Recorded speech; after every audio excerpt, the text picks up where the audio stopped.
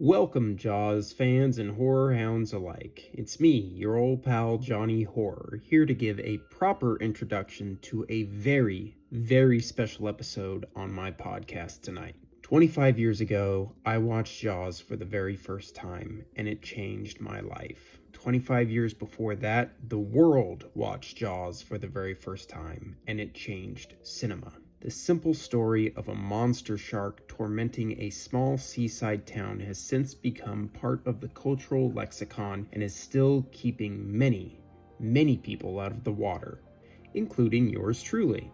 So, if you love Jaws as much as I do, or just love listening to me and Brian shoot the shit about sharks, then you are in luck, because you will get plenty of that over the course of the next 3.5 hours, as Brian, myself, and our good buddy Kalen set across Amity Island and its surrounding waters to discuss this all-timer and my personal favorite movie ever made as we celebrate its 50th anniversary. Now, sit back, relax, and enjoy the Jony Jawscast breakdown of the terrifying motion picture from the terrifying #1 bestseller, Jaws.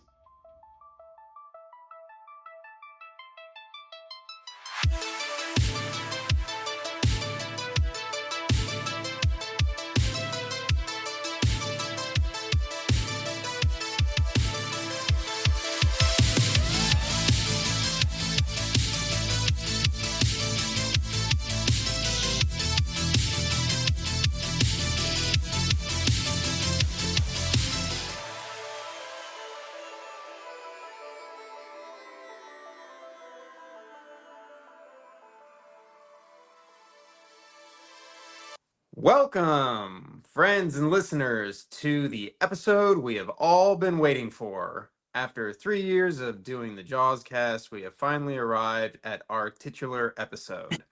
And while Brian and myself have been talking Jaws for the last 3 years now, Jaws has been a pop culture icon for 50 fucking years. Holy shit.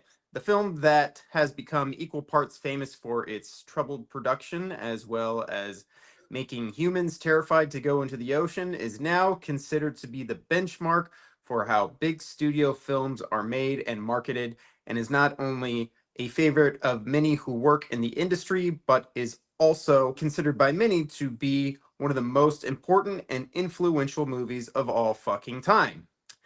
So I am not only stoked to be here to talk about my favorite movie ever with two of my very best pals, but quite frankly, am honored to be afforded an opportunity and a platform to be able to contribute, even if it is in the smallest and silliest way possible, to its legacy with this podcast.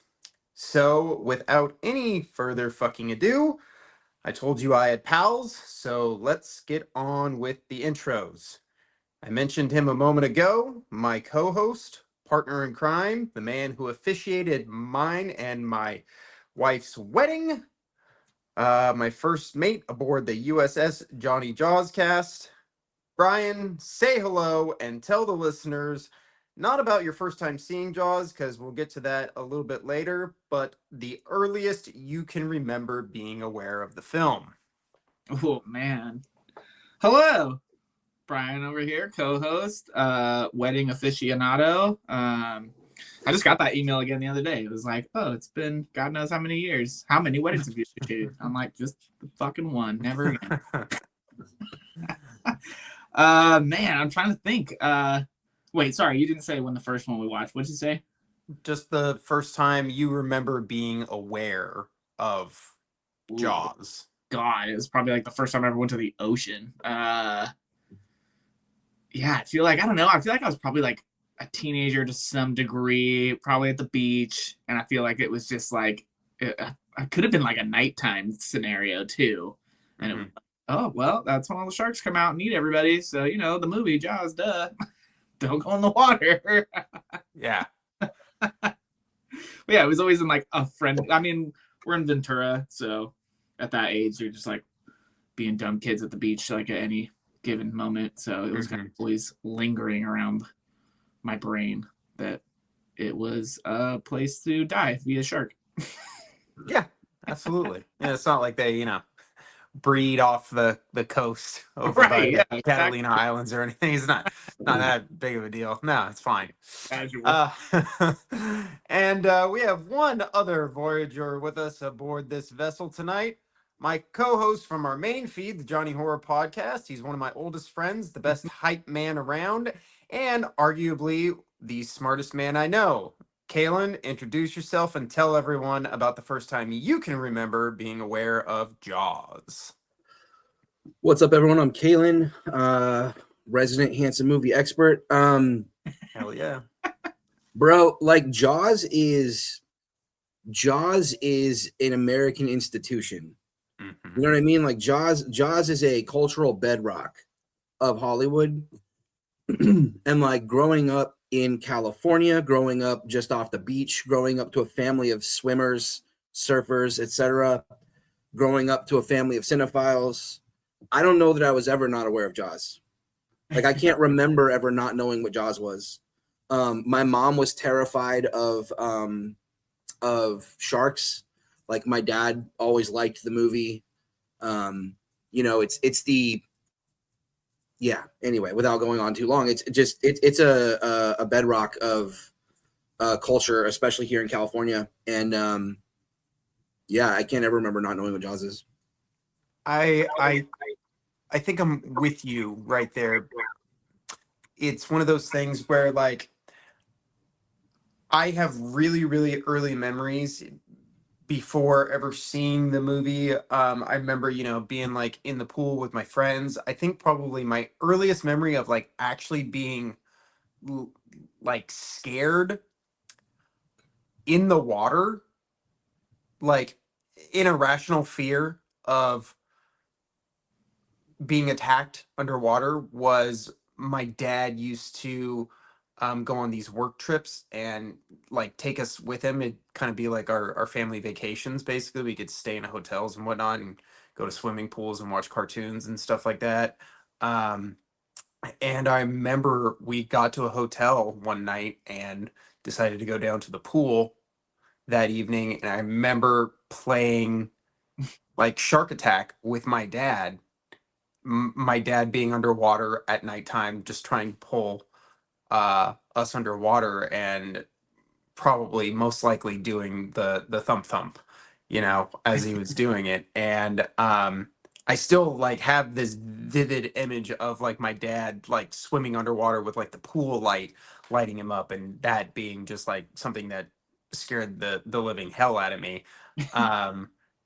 But yeah, very much like I don't remember not knowing at least like the shark was out there, that everyone was always on the playground, in the pool. They were going dun dun dun. And I mean that just kind of goes to show what you were saying about its effect on pop culture, that we're almost kind of born with this knowledge that that shark specifically wants to eat us. Well, before we get too dialed into all of that, we are going to talk movies before we talk about this movie. And we are getting a phone call over at Chief Brody's house. Here at Chief Brody's house, we just use this as an opportunity to talk about shark news, shark movie news. Not too much shark news that I'm aware of, though we are starting summertime, so there could be very well be shark attacks in the news. This is usually when they are most prevalent. But I wanted to ask you guys, what movies have you watched recently, and what movies are you looking forward to? Kaylin, what have you seen recently? My last theater movies were Thunderbolts and Sinners. I watched North by Northwest a couple of days ago, and I thought that was actually good timing for this podcast, honestly. Yeah, that's not going to be the last time we talk about Alfred Hitchcock here. It will not be. Yeah. What did you think of Sinners? I liked it a lot. I thought Yeah. it was really cool, really unique movie. You know, I think that it was. I think what I liked the most about Sinners is that it was such a.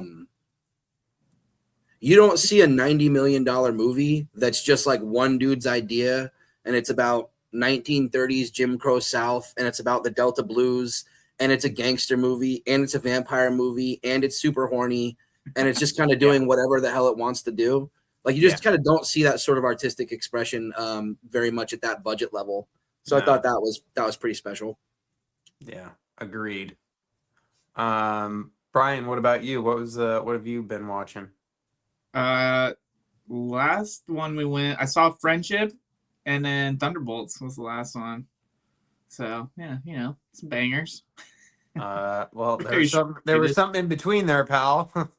You and I both went Tom Cruising. Oh yeah, duh. We were cruising. That's right. God, how can I forget? Life has prevented me from seeing Mission Impossible yet, but I'm gonna get there. Yeah, definitely. It's one of the most stress-inducing film I can't experiences I've ever had. It's like No, 3 hours of nonstop anxiety. But Tom Cruise, Sounds like our boy. man's on another level. Yep. B-Right, what'd you think of Friendship? I was good. curious about that. Yeah, you like it? Yeah, as long as you're into it, man, you have to be on board for the shenanigans. Otherwise, the cringiness just is overbearing, and it still is, regardless, in some degrees. But man, yeah, once you're in the right headspace, it's hilarious. It's a ride, that's for sure. Yeah, that's what I heard. I heard it was good. Yeah. Not quite like Tom Cruise in Final Reckoning ride, but it's there nearby. It's a different type of anxiety. Yeah. Let's see. I saw Bring Her Back last night from the guys that put out Talk to Me a couple of years ago. And good. I liked it. I liked it a lot. I liked it a lot better than Talk to Me. Yes, that's what I want to hear, bro. It is a bleak fucking movie, but some spectacular performances and just a very cool approach to movies that you've seen this kind of idea before, but the way everything plays out was very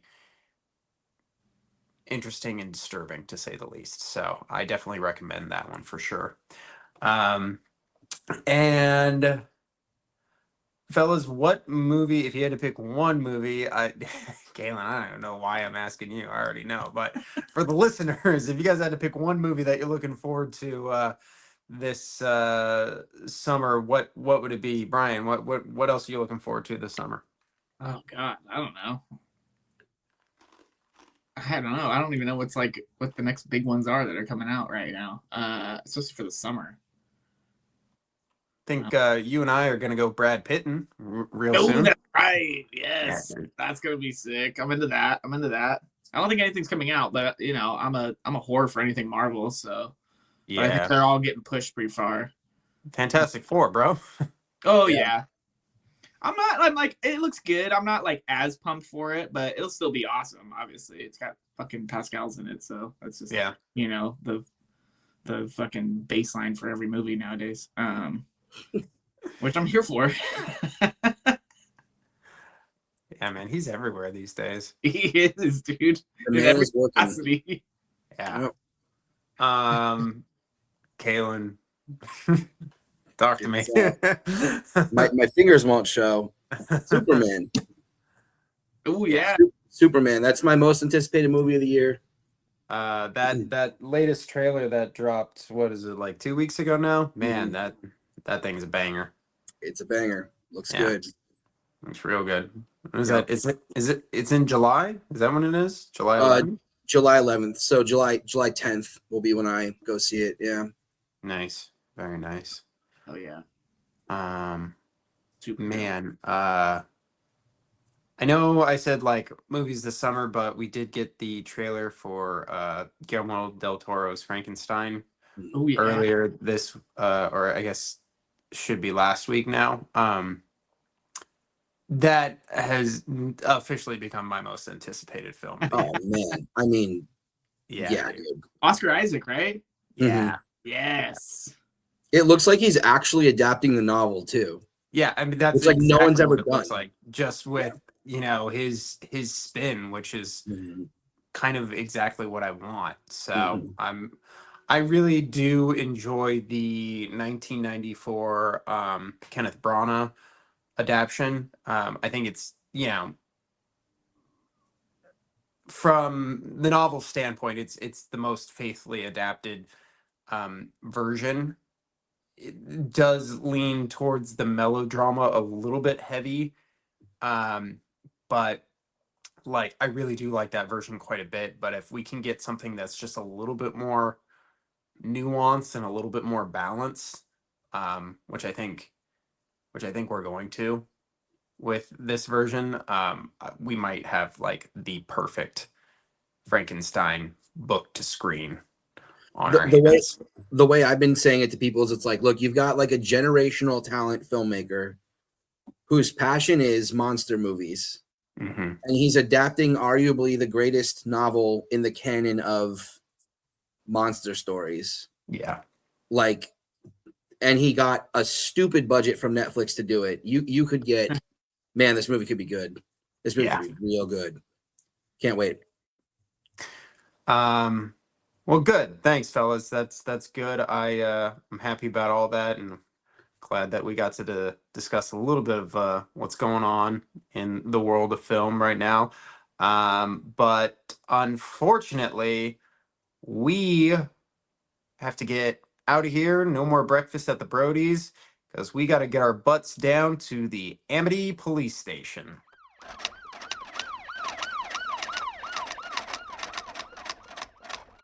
So, on the docket tonight, we have one monster shark film that was released in the summer of 1975 and directed by a then up-and-coming Steven Spielberg. The film would go on to be known for its many technical issues while trying to film in and on the harsh Atlantic Ocean. But following its release, was applauded not only for its characters, story structure, and special effects, but the restraint it had to keep its antagonist off screen for the bulk of its runtime.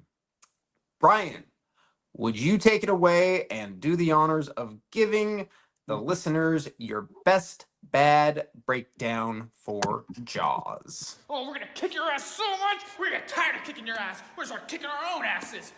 There's gonna be so much ass kicking, they're gonna write a book about it. There's gonna be so much ass kicking today, they're gonna make it a national holiday.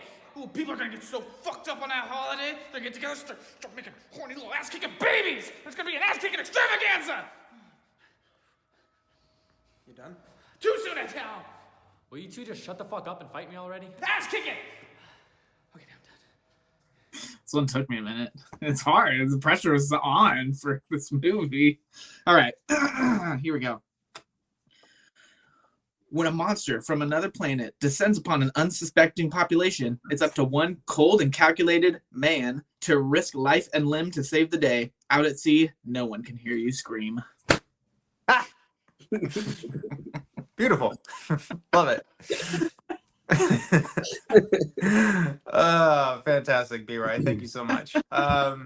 For any of you who are just like not familiar at all with the story of Jaws, it deals with a very large fish essentially making its home off the coast of a vacation resort island and starts eating people, making it kind of an issue for the newly appointed police chief.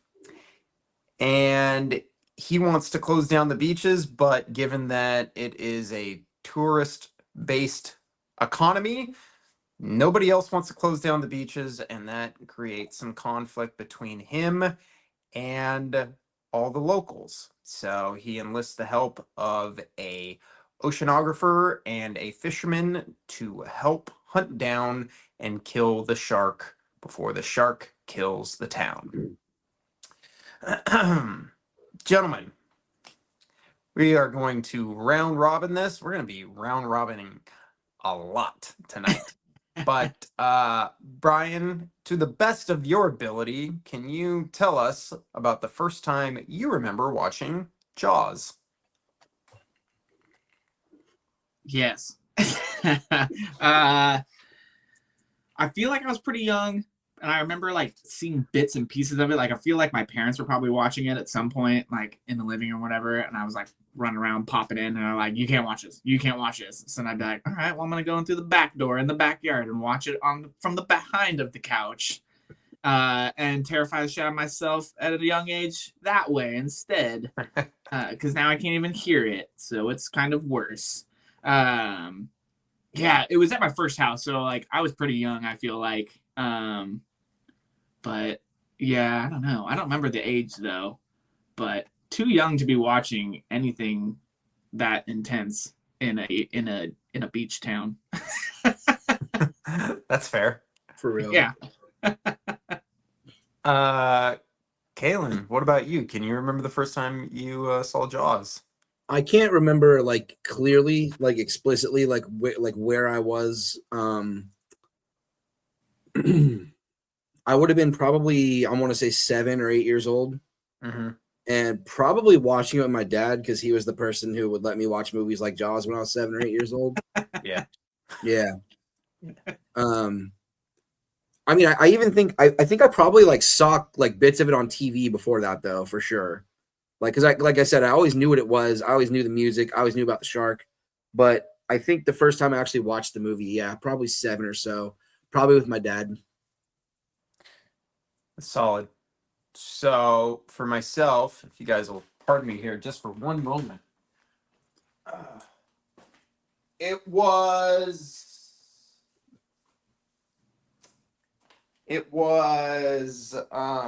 the summer of 2000. I remember quite vividly that it had been, what was it? It was the 25th anniversary of the film. And my dad came home from the video store with, do you guys remember the videos that like at the video store they had the like the plastic covering over it and you had to like pinch the sides to have Yeah. the movies come out? So he brought home one of those with this inside. If you can see that, that is the 25th anniversary edition of Jaws VHS. And I just remember looking at the box, just mesmerized by it. And the front and back, the back, you can see our boys there all lined up. And I was aware of Jaws as an icon, but not aware of the story. So, my dad, in all of his infinite knowledge, decided to watch the making of Jaws first and let me. I don't know if he like so much let me, he just threw it on and started watching it. And I just keyed in. I watched, we had the making of Jurassic Park as well. So I really enjoyed watching that, finding out how Jurassic Park was made, even though I didn't quite, my young brain didn't quite understand how movies were made and that people didn't actually die in them. My realization of really how movies were made really did come from watching the making of Jaws. But I watched the entire making of the film before I actually saw the film, which I think probably contributes to my love of cinema overall and movie making. But it was probably like a night or two later that we actually sat down and watched the movie in its entirety.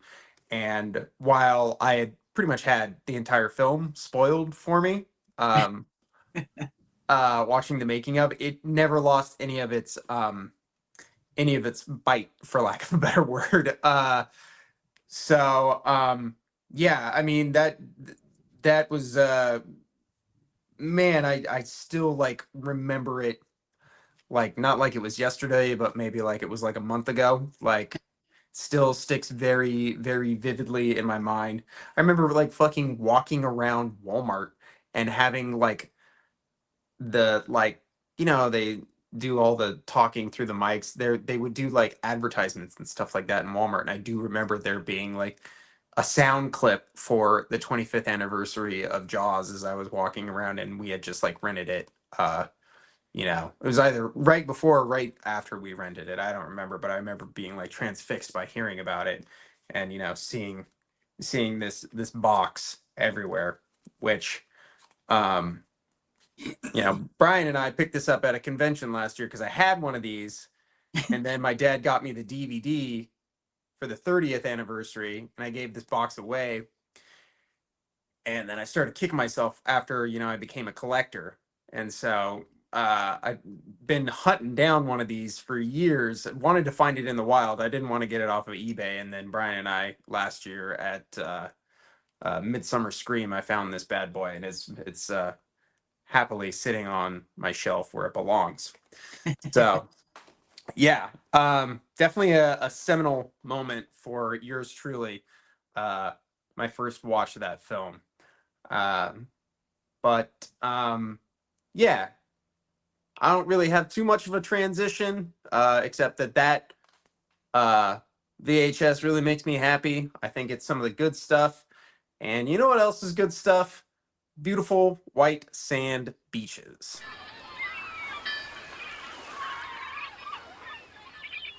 Here on the beautiful white sand beaches of Amity Island, aka the good stuff, aka where we talk about what we liked about this movie. Fellas, I have no notes here because it would just be it would be paragraphs and paragraphs and paragraphs. So I'm gonna let you guys take it away. I'm gonna chime in with stuff here and there. There's no reason to beat around the bush. I love this movie from start to finish. So there's not one frame of this movie that I could not find something that I like about it. So gentlemen, take it away. Whoever wants to go first, please tell me something that you like about Jaws. I can jump in. I was just flying through like all the fun clips and whatnot earlier today. Watching different kills and all that crazy shit and different one-liners and everything.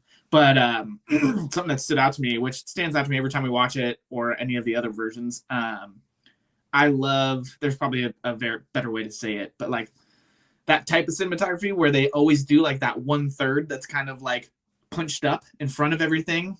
Like I was noticing the way they shoot the barrels when they pop up out of the water, and the boat's like in the back 2/3 and stuff like that, and the way they frame people stepping into that 1/3 for their like line of speech when they're the other 2/3. It just looks so good, and they knock it out of the park in like every way they can in that movie. And like I kept watching all these different clips from sporadic parts of the movie, and I'm just like, oh my god, they just kill it every time with this angle. I love it.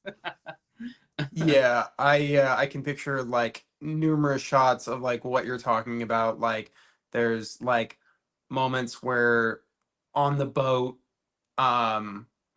Quint is chiding Hooper, and then Brody comes into frame after Quint has stepped into the cabin, and then Hooper slides into frame and immediately like goes like this to Quint, and then just like starts like talking the big trash old to him. Yeah, he does a big old silly fucking man, that's just I love that whole bit. But yeah, and then there's just stuff like that even in the house early on in the movie where like Brody like steps in the frame, like when he's answering the phone and stuff like that. There are quite a few shots like that in the movie.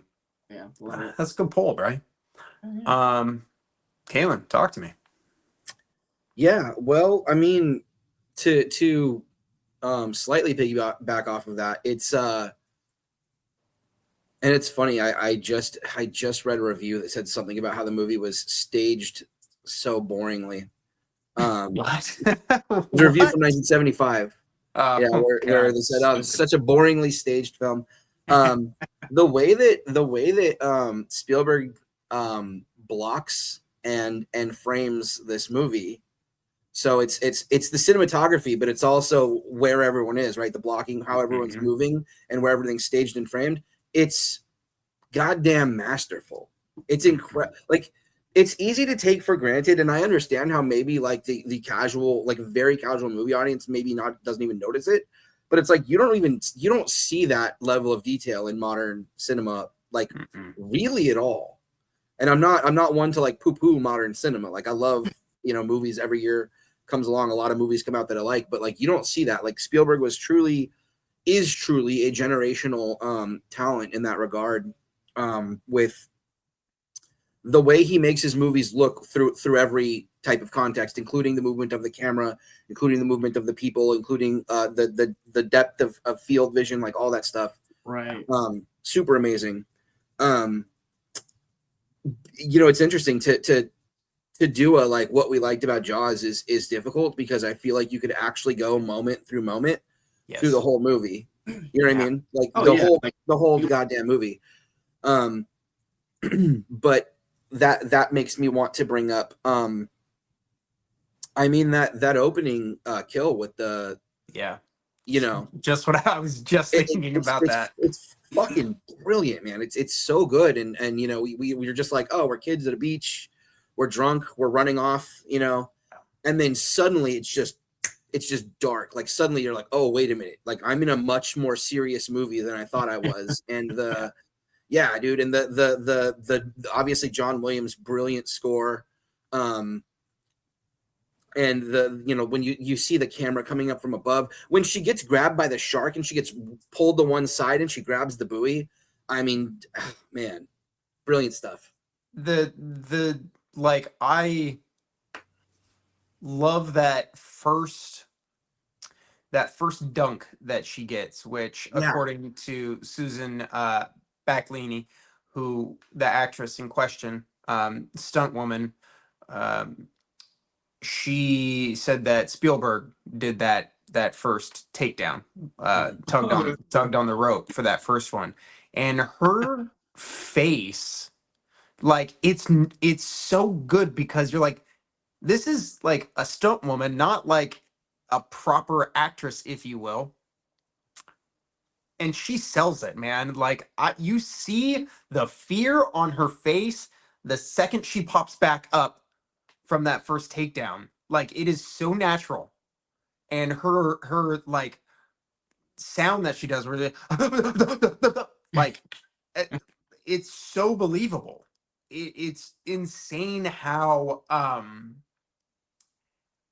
just realistic that whole thing is. And every time I watch that opening scene, when she's about to go under and she's just screaming, God, please no, like, that's one of the most like natural, like believable death scenes I've ever seen, and it like makes me cringe every time. I know what's gonna happen to this girl, like, but every time I'm still thinking, man, I hope she doesn't die. Like, it's a fucking powerful opening, man. There's just no way around it. Like, every time I watch it by myself, I watch it with other people, the minute it cuts to her under the water and the it's gone quiet and you just hear the buoy in the background, like, everyone who's watching it, if it's in a theater, if it's in my house, everyone's dead silent. We're all just taking in that moment right there. Yeah, it's like, as soon as you hear that buoy, I feel like I can like I can release the air I was holding the whole time. Yeah. Usually I'm always just like, fuck. Yeah. Absolutely. B-Ray, hit me with something else that you like about the movie. We can go beat by beat. I mean, we'll be here all fucking night, but Yeah, no shit, right? You go frame by frame, like, you guys understand. It's hard to it's pretty impressive when you could literally almost at any given point in the movie press pause and be like, oh, that'd be a good poster for Jaws.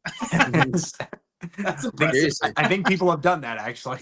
Right, yeah. No shit. I know you and I have shared like a million different artist renditions of Jaws posters and stuff, and it just keeps getting better and better. I'm always just like, damn, how do they think of that? That's amazing. What a concept. But yeah, I don't know. I had written down like a bunch, obviously, because I was just flying off the handle for a minute, and then I was like, all right, I gotta stop. But no, we already talked about the score. We talked about just the beauty of the 70s aesthetic that they incorporate and capture in this movie.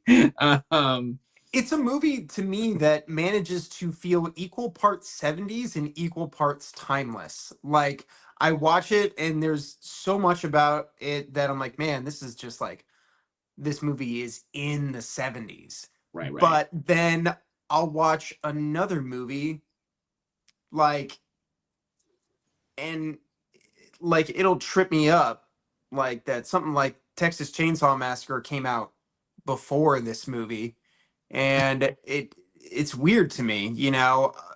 There's just such a timeless quality about both those films, I feel like. But when I watch Jaws, there's something about just like the hairstyles of like, it's mostly what it is when it's the scene on the 4th of July promenade, everyone's coming in from you know, the mainland, and you see all the hairstyles and the clothing and everything. That all feels very, very 70s to me. But then, you know, other parts of it when we're just like out on the ocean, there's just like such a timeless quality. It's very hard for me to even wrap my head around, let alone trying to describe. But the aesthetic of this movie is so pleasing to me. The 70s vibes. I think there's really only one movie that I find more aesthetically pleasing, and it's Jurassic Park. And I think it's just because I'm a 90s kid, and everything about the clothing in that movie is so 90s, but it also just works so well. I don't know, man. Spielberg just has an eye for just like aesthetic, man. I tell you, he's just got it. Yep. And I mean, that's not to take away from Joe Alves, the production designer of this movie, who is a fucking god as far as I am concerned. The stuff he was able to do and put together, and you know, we'll get to the shark, but yeah, man, no, you're on to something there, bro. Yeah, the 70s vibes are kick ass. Love that shit. Well, not just the 70s aesthetic, but like the it does to me scream of 1970s cinema in the best way possible. I mean, the 70s were an incredible year for movies. It's an incredible decade. It's the best decade for movies, as far as I'm concerned. It's the best decade. I mean, it's the 70s are just so many all-time classics come out of the 70s. But the naturalistic style and the naturalistic dialogue in the movie is very reminiscent of the 70s. Like I even watched recently Duel, not to get too far off topic here, but Spielberg's first movie. That's very much in topic, right. So yeah. Right. So I recently watched Duel, and Duel it came out in 71. I believe it was written by Richard Matheson, is that right? Yes, that is correct. Yeah. So I recently watched that for the first time. That is a movie entering the 70s where they're like trying to get into that naturalistic acting style. Yeah. But not everyone seems to really know how to do it yet. Yeah. It feels like a movie made by a younger filmmaker. Not that it's not great, because it is. It is, but great. It's great. It's straight up, it's great. I recommend it to everyone listening. But it feels like a movie made by a younger filmmaker, whereas this one feels like a master of his craft in his element, and everyone seems very comfortable with that naturalistic style of acting that was still relatively new in 1975, if you really think about it. But to add to the good stuff, something I love about this movie that it does better than anything I can think of off the top of my head is in this movie, and this piggybacks on the naturalistic style of acting. In this movie, multiple characters will be talking at the same time all over this fucking movie. And like not always like two people talking at once, like three people talking at once. Four people talking, one person talking to two people while a fourth person is talking to somebody else. Yes. And it's not an accident. Like all of that is entirely intentional. And I think they might do that better in this movie than anything I can think of. Yeah. Yeah, particularly when you're talking like, I mean, I'm thinking specifically, and I'm sure you're not. I'm not too far off from where you are. I'm thinking specifically of when they convene at the town council, and Meadows is talking to Brody, and then Mayor Larry Vaughn comes in and starts talking, and then multiple people are talking as a whole host of people is entering a room. You're so like on it, dude. Like that's one of those things that like people like I don't even think about that. I've watched this movie 1,000 times. It's so natural that you're like, that's just how life happens. But this isn't life. It's a movie, and making it look like that in a movie is very like making it work like that in a movie. That's very hard to do. And with Spielberg, it's just effortless in this film. And what's even more impressive is that when you take into account, we're going to get more into this when we dive into the history, but so many of the extras and people that are not our core leads in this film are just people that lived on the island. No way. That so many like Alex Kittner's mom, just a resident of the island. Craig Kingsbury, who plays Ben Gardner, just a resident of the island. So many of like the extras. I think the guy who Bad Hat Harry, like just a local. So like so many of these people just lived on Martha's Vineyard, and they were just cast in the film. So yeah, man. That scene also has like one of my favorite, like in a movie filled with some of my favorite lines of dialogue ever, when they're talking about shutting down the beach for 24 hours, and the mayor's like, only 24 hours, and Brody's like, I didn't agree to that. In the background, you hear some lady go, 24 hours is like 3 weeks. Yep. It fucking kills me. She's saying because it's summer. Time. She's saying because it's summer. Like it's like 3 weeks of business because it's summertime. Yeah, but yeah, that's a great example. It's perfect. And look, I apologize to the audience. At points, this is just going to turn into me glazing, like fully glazing. Oh, we're gonna be bouncing all around. It's just gonna be one. Oh, this is great, and this leads us to the next thing. It's just gonna be that for this section, man. But to continue fully glazing my man Spielberg, like everyone acknowledges that he's this brilliant visual director, right? Like everyone agrees to that. But he's also like, you see those performances he gets out of these random people that aren't even actors. Yeah, he's a great actor director too. Yes, and this movie's another example of that. He's very much one of the best. And I don't even know like where that starts. Like I just feel like it's just like something he had naturally in him. I mean, it also probably comes from making movies with his friends when he was a kid, because I mean he was doing that. That man is just like, there's no other human being that has lived before or since that was more so born to make movies, as far as I'm concerned. Like Steven Spielberg is the movie maker of like all time. Like he just is. And yeah, there's just a way that he does things that seem so effortlessly. Pardon me. I'm sure he would disagree, particularly on this film. But the final product looks effortless, and that's what matters. Right. Yeah. Yeah.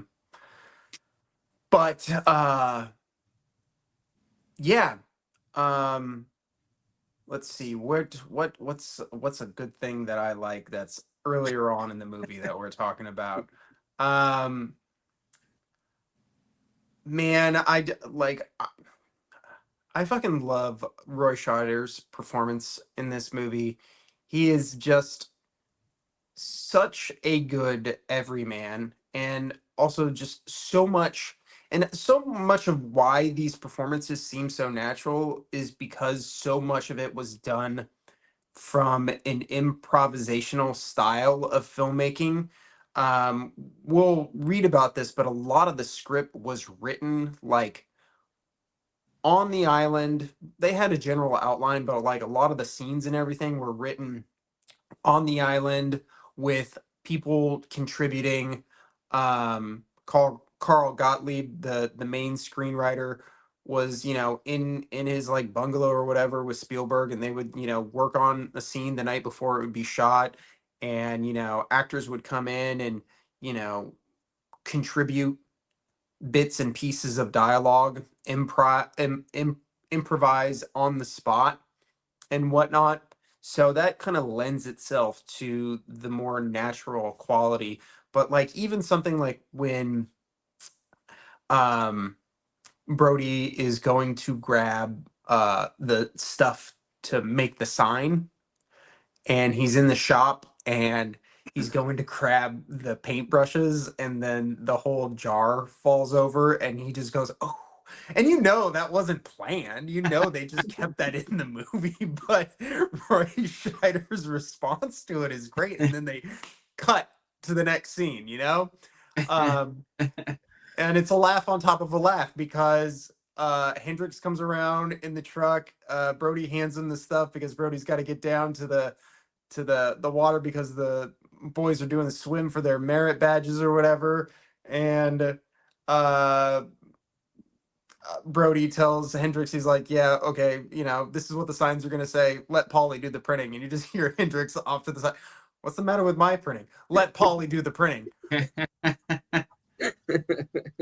Just little shit like that. And then, it goes back into what Kaylin was saying. We have a marching band coming, and then we kind of meet Larry Vaughn for the first time, and him and Hendrix are talking about the situation as there's a marching band playing in the background. It's just this very chaotic introduction. It's fantastic. But yeah, I think Roy Scheider is just like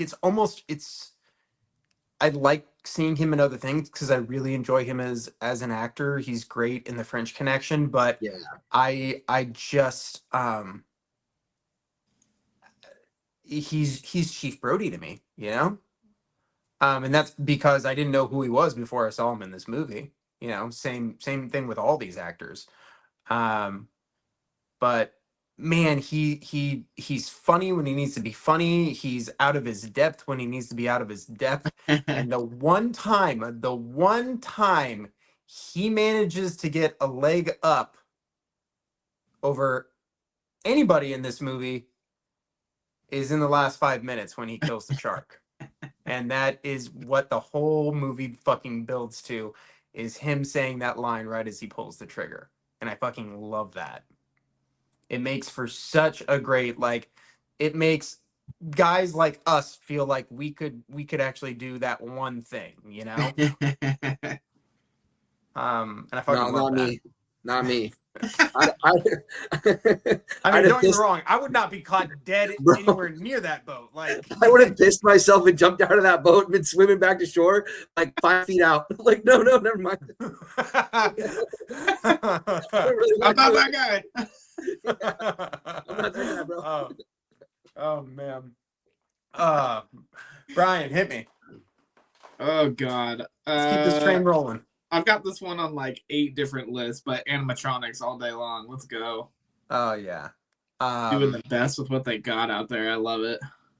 Yeah. How do you guys Kaylin, I'm curious to hear your thoughts, because you can at any one of our podcasts here on the Jony Jawscast, you can tune in to hear me ranting and raving about how I'm more terrified of that mechanical shark than I probably am of an actual great white shark.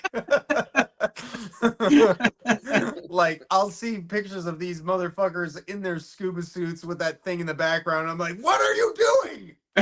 You couldn't pay me enough, man. How do you feel about the shark itself? Do you like the shark? Do you find it cool? Do you think it's scary? What are your thoughts on it? I mean, I think the shark's great, and yeah, I mean, I think it's terrifying. Yeah. I think it's utterly terrifying. I mean, it looks like, it doesn't look like a creature with a consciousness, a thought processes. It doesn't look like something it looks like a force of nature designed to kill you. You know what I mean? Like, I think the dead eyes of the shark make it scarier. Like for Jurassic Park as an example, like the raptors look like they're thinking about stuff. You know what I mean? And I'm not saying that they're not scary, but that gives them that gives them a certain tangibility. Yeah. Whereas like this shark is just like this machine that's just there to cut you to fucking pieces. You know what I mean? Like, yeah, I think it's very scary. And I've always thought the shark was scary, and I've always thought that I know that the amount of shark that we see has a lot to do with the circumstances of production, but I think the less is more approach to the shark that the final product comes out with is a good thing. Yeah. Right. Like the soulless, mechanical, like barely functioning animatronic really lends to how terrifying and like menacing it is. Like you said. Oh, I mean, totally. it also, ends up being that sort of platform ends up being kind of what smart filmmakers would do. This is why Alien is so terrifying, because similarly, we only get, probably about a minute's worth of footage of the xenomorph,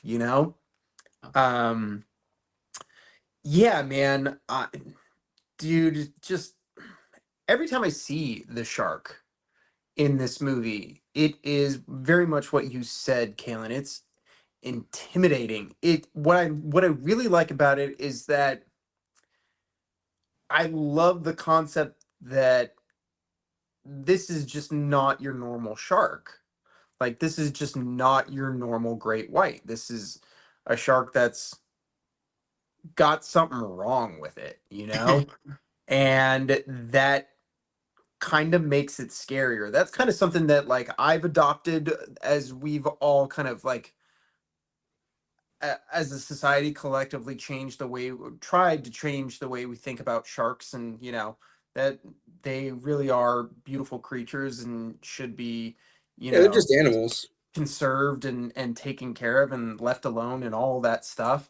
Don't get me wrong, great whites are still fucking terrifying, but nothing is quite like the shark in this and that. This is a movie shark. You know what I mean? Yeah. This isn't a real life shark.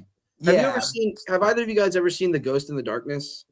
That's the lion version of Jaws, right? The safari version of Jaws. No, I want to. It's on our list for sure. Okay. That when you watch that movie, it's so inspired by like the lions in that movie are so inspired by this shark. It's the exact same concept of it's much scarier than a couple of lions. It's something greater than that. It's the same as Jaws. Yeah. Was this the inspiration for that one that came out not too many years ago with Idris Elba on it, right? Oh yeah, I'm sure that I think that's called now. It's not like Predator or something, but it's something like that. Yeah. Prey or whatever. Maybe Prey. Yeah, that sounds about right. I didn't see that one. Prey was the Prey was a movie. But it's like that. That's a good movie. It's Idris Elba, right? He's like the main Yeah, dude. yeah, I know the one you're talking about. Yeah. I remember that came out. Yeah, The Ghost in the Darkness is like very loosely based off of a real story. Ooh. Yeah, but it's scary and it's really good. It's Val Kilmer and Michael Douglas. Yeah, I think it came out in like '92. Yeah, it's really good. We keep this podcast going long enough, Brian. You and I will watch it because it is like very much the safari version of Jaws by my understanding. So, Love it. All right. Well, I will say, like the kills in this movie are fucking rad. I love / am just horribly terrified of the estuary sequence. When you see the shark's silhouette under the water, probably the scariest moment in the movie to me. Like it just will send chills up my spine every fucking time. Um, fuck, that thing is, and you could just barely see its like black eye under the water. It almost looks like it's missing an eye. It just makes it extra fucking scary, man. Um, but Kaylin, please hit me with some more stuff. Otherwise, I'm just gonna start rambling. Yeah, no.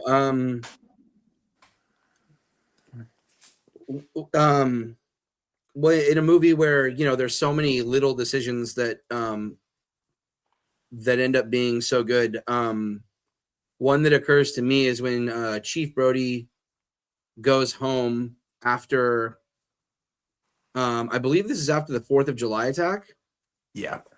and he's there and his little boy is sitting with him. Oh, this is after he gets slapped by. Oh no, I'm sorry. Yeah, this is Mrs. after. Kittner. So Yeah. the little boy gets killed, and then he gets slapped by his mom. He goes home. He's very upset. He's clearly been drinking, and that scene where he's there with his kid and he's doing this, and Yeah. then he looks over and he realizes his son is just emulating his movements. Yeah. And it's a very like sweet, wholesome moment. In like, I mean, I'm not saying there's nothing upbeat about this movie. Like, obviously the movie's very funny, but it's Yeah. like it's this incredibly wholesome moment dropped into the middle of a movie. Yeah. And I think that a lot of people would have not managed to make that really fit or work, but it fits seamlessly, in my opinion. And I love that scene.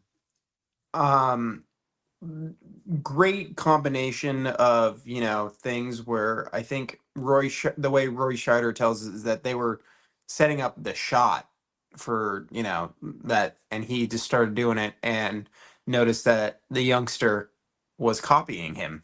Mm-hmm. And he told Spielberg, he was like, come here, watch this. And that's how that ended up in the scene. And then you get That's excellent. You get that great John Williams cue, just the most beautiful, like, loving little piece of music that is put in there. And yeah, then you know, followed swiftly by Hooper coming in, brings the wine, sits down, and then looks around at the table and goes, "Is anybody eating this?" and starts eating. That whole bit is so great.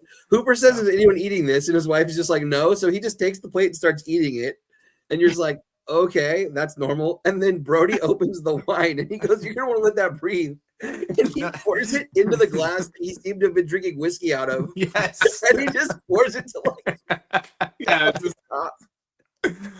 Oh And he yeah, man. gives his wife a tiny little bit. He gives him a tiny little bit, and he's just got like a pint glass.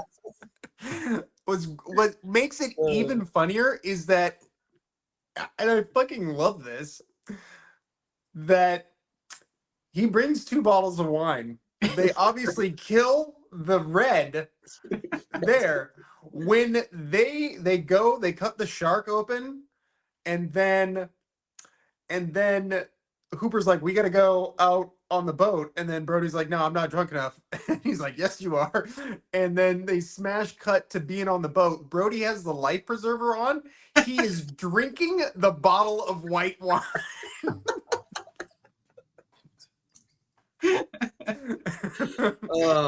And Hooper's just up there eating pretzels. Like, it fucking just these little things, man. It's genius. God damn. Yeah, I think I subconsciously took from that in one of our episodes. Brian is trying to like go through the fridge, like we kidnapped these people on Halloween because they wouldn't give us candy, and so we enter their home and tie them up, and we're like, Brian's looking for beer in the fridge. He's looking for Coors Light or something, can't find it. He finds a bottle of Chardonnay, cracks it open, and he just starts drinking it. We did that take a couple times too, and I just had to like upend a bottle of white wine. It was awful. Oh man. But the start of that dinner scene when Hooper sits down, the dialogue between them is one of my favorite little bits of dialogue ever, where Hooper looks at Brody and says, "How was your day?" And they just start laughing together because they know that he just had probably one of the worst days ever. And then Brody just looks at him and he says, "Swell." And like, I say swell all the time. If coworkers come to me at work and they're like, "How are you?" and I'm like, kind of like, whatever, I say swell just like that. And man, I fucking love that word specifically because of that scene. We use that line too Yeah, no, we did. Actually, we did. in our voodoo episode. Yeah, we did use that at the end of that, didn't we? Yeah, I snuck that one in there. Oh man. I love Quint. Like, I love Quint. Arguably one of like the best character introductions ever. Oh yeah. Like, Iconic. literally, his Iconic. introduction is nails on a chalkboard. Like, You see And that then- like parodied everywhere too. Like The Simpsons did the nails on a chalkboard bit. Everyone else has done it since. Yeah. yeah, I mean, that just kind of like how you know, like, something's like pop culture status when it's, what is it, emulated, duplicated, or what is it, duplicated but never, well, you know what I'm trying to say. Emulated but never duplicated. There you go. And we see that in these other films that Brian and I have discussed on the Jawscast, things like Orca, Razorback, Tentacles, these Grizzly, like, all of these movies try to have like that hunter, that guy. Even if like the Brody character is missing or the Hooper character is missing, sometimes you get all three. Grizzly, you get all three. They try. But they always have to have the Great White Hunter in there somewhere. And man, always emulated, never duplicated. And then it goes beyond that when it starts to become parody, when you know the Simpsons start making fun of it, Right. or it shows up in Family Guy, or Yeah. whatever. When The Simpsons are doing a bit from your movie, that's a classic film. You know what I mean? Yeah, you made Absolutely. it. Other stuff, boys. Other stuff. We'll wrap up this section because who are we kidding? We could go on like this all night long. This could just be the podcast. But we got other fish to fry. So, you each give me one more thing of good stuff, and I'll tie it up with a bow. Go ahead. I'll see. My last one was piggy offing yours because I had written down everything Quint says. Just the most quotable motherfucker. Yeah. The lines they gave that man, or he probably gave himself, honestly. He's fantastic. Yeah, I read something earlier tonight too that was I didn't realize that Ben Gardner was a local who had been hired, but there was some line, I can't remember which one it was specifically, that he just had one of those sailor-esque lines that he threw out there, and they used it for Quint's character. They're like, well, we gotta write that into you somewhere. Yeah. Of that. Craig Kingsbury just off the cuff said, going to chase a great white isn't like going to chase bluegills or Tommy Cods. That's the one. And Spielberg was like, okay, we're stealing that. We're gonna have him Say say that that. one more time into the microphone, please. Yes. Yeah. Yeah, this is great. Kaylin? I mean, I think the dynamic between those three men is quite Pitch special. perfect. Yeah. Yeah. That casting, man. The casting is amazing, and those guys, like the chemistry, it's so good. Yeah. Yeah, I mean, famously, Dreyfus and Shaw did not get along, but that only adds to It makes it work better. exactly.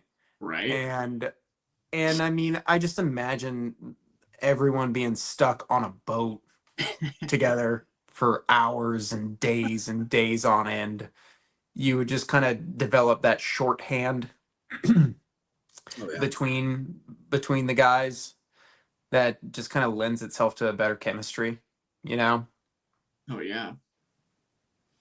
Yeah. This movie is like great from start to finish, but fucking A, what a finish. Like you know, Spielberg said that, he wanted a big rousing ending, that he wanted people like on their feet cheering at the finale of this film. And I mean, I'm again, however many watches deep on this flick, and I'm still at the edge of my seat every time um Brody is like firing. He only has a couple rounds left. And I don't know if it's his last round that he fires that gets it, but it's pretty damn close. And even if it wasn't, if he missed that one, the shark was going to get him on the next go. So, yeah, man, when he says smile, you son of a bitch, I just have the biggest fucking smile on my face every time. Like, he's like telling me to smile. And I'm like, okay, yeah, I will, because this is great. I love the ending of this movie. I love that we get Hooper and Brody like swimming off together, and that great line of Brody saying, "I used to hate the water," and then Hooper chiming in, "I can't imagine why." It's a great way. It's a great way to end a picture. So good. But like I said, we could be here on these beautiful white sand beaches all night long, just gushing over Jaws. And we're going to continue to do it. Who are we kidding? But unfortunately, we got to go make what I assume is going to be a very quick pit stop at Ben Gardner's boat.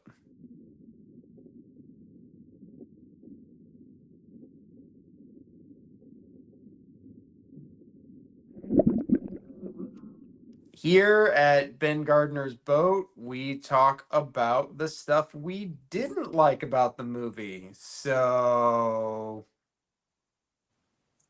anyone?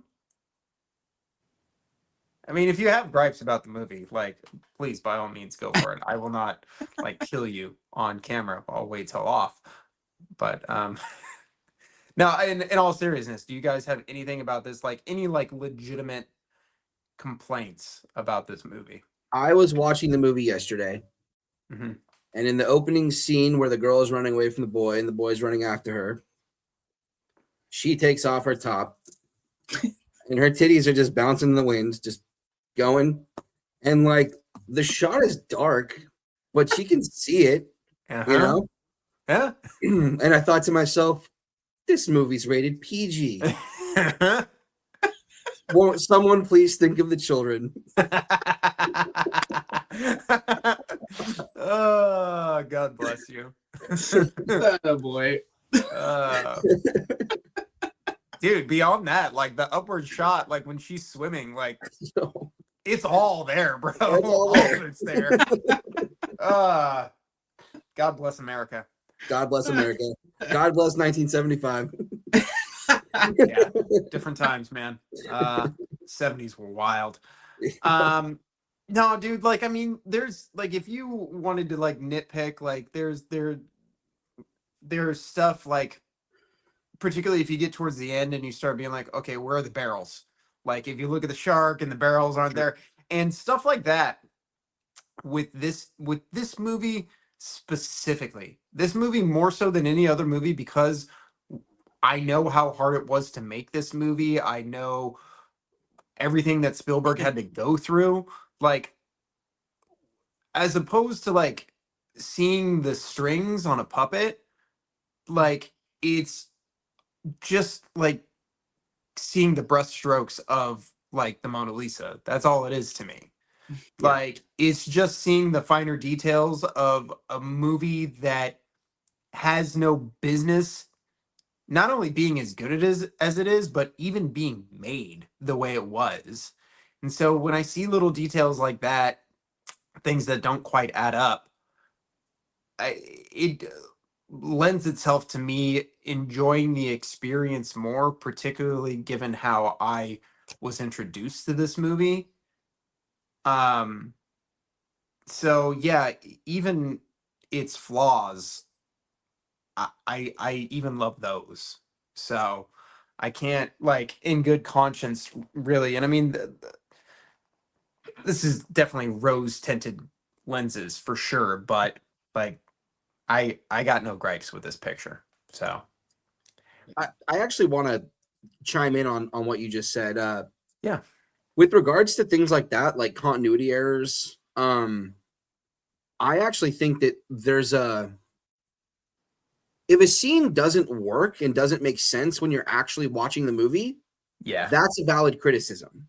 yes, If you had to go back frame by frame to find a tiny continuity error, that's not real film criticism. yeah, It's just not real. That's fake. That's fake criticism to me. Like, great. there's at the end of the original Star Wars, there are some major continuity errors in the last minutes of Luke destroying the Death Star, and like major continuity errors. And like, guess what? It's one of the greatest sequences in the history of cinema. Yeah, And I'm not sitting there going, wait a minute, that doesn't quite add up. I'm never thinking that.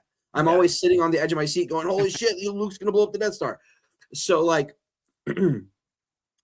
I don't buy minor continuity errors. I don't buy like the way people cynically try to pick apart film these days, I think is gross. Like, Oh, it's wild. in the Matrix, there's a scene in the Matrix, in the where the train's coming. There's a scene there where if you actually pause it, you can see a wire. Can you imagine if that film came out today? Everyone would be spamming the internet with a still photo of that wire, acting like it made it a bad movie. yeah, Right. And that's just a gross way to look at movies. So all that is to say that I don't like this cynical nitpicking. Like, if you're gonna judge a movie, watch the whole movie, watch it on a big screen, watch it with sound, watch it as one thing, and judge it as what it actually is. Don't surgically try to find tiny inconsistencies so that you have something to cry about. yeah. Agreed. Jaws is 10 out of 10, no notes. Beautiful. We'll get to that in about 2 hours, but beautiful. All right, gang. Well, we are done at Ben Gardner's boat. So we're gonna head in and have some dinner at the Brodies. How was your day?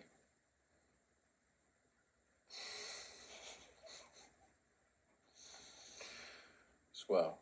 In this section, we typically discuss what the film we are discussing takes from Jaws. But since Jaws is the film in question tonight, we are going to discuss what Jaws took from literature and film. So, before the three of us kind of discuss it amongst ourselves, this is what the internet has to say.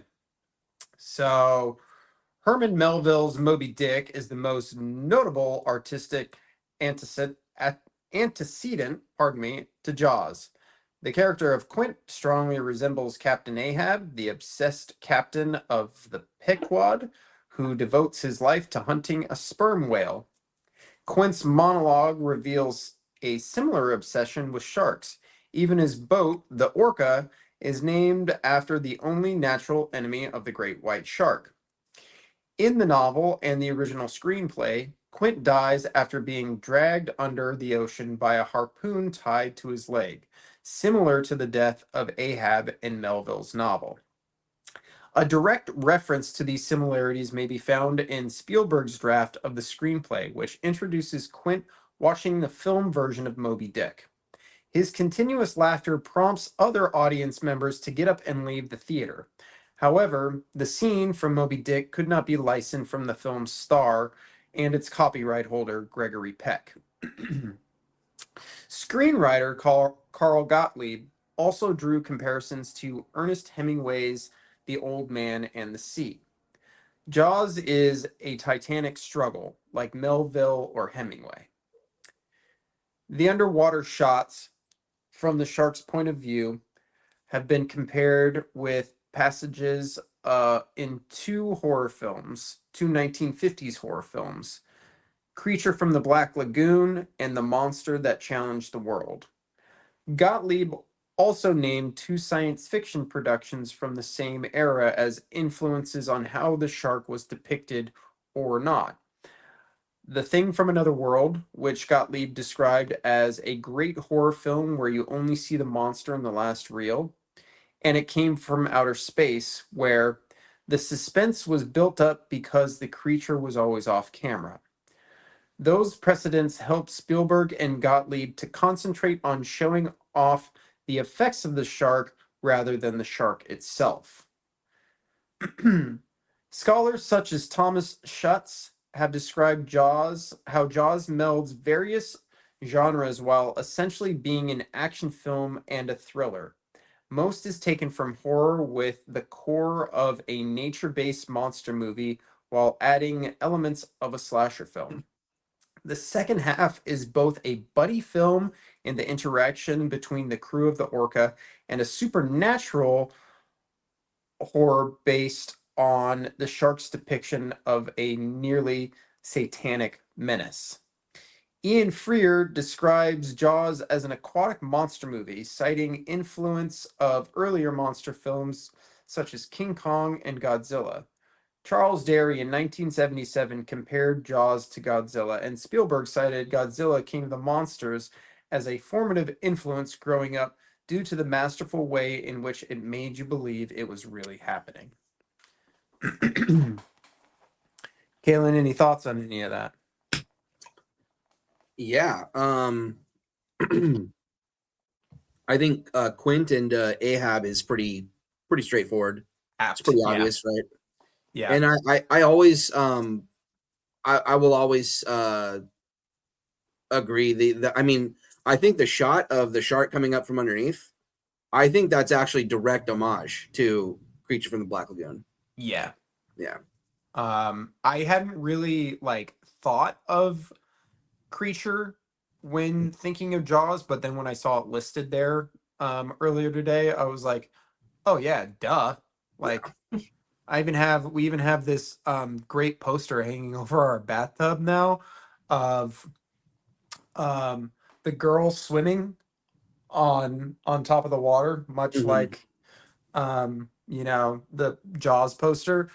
But the creature mirroring her movements underneath, like it does in the film. It's a really great poster, but that is very, very much in keeping with some of the stuff we see in Jaws. Did either one of you pull any references that were not mentioned in this little spiel from Wikipedia? Mine was just big. Other than the I was like deep diving earlier today and looking at like the stories from like New Jersey that inspired a lot of it too, and like the writing and everything from the whatchamacallit Creek. Yeah, so in Jersey, I believe it was 19. No, God, I think it's early 1900s. It's been, but where a bunch of swimmers were attacked and killed. They at the time thought it was one shark, but in retrospect, they assumed that it was multiple sharks. One even happened in a lake, which means that I think it was a lake, river, something, but it would have had to have been like a bull shark because that's the only shark that can go into fresh water, which is terrifying. The bull shark has most testosterone out of any animal on the planet. Did you know that? Crazy looking. It's a Chad shark. Oh man. I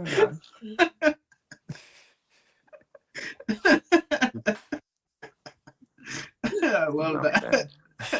That got me. Yeah, man. I mean, the most obvious thing to me about this movie is that it's a Hitchcock.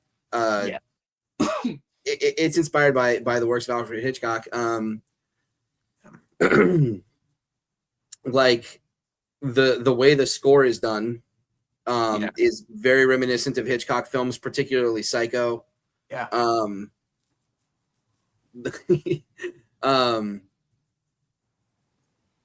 the way that it builds suspense and uses suspense, a lot of the shots and the framing. I think Spielberg is kind of the natural evolution of Hitchcock because he took things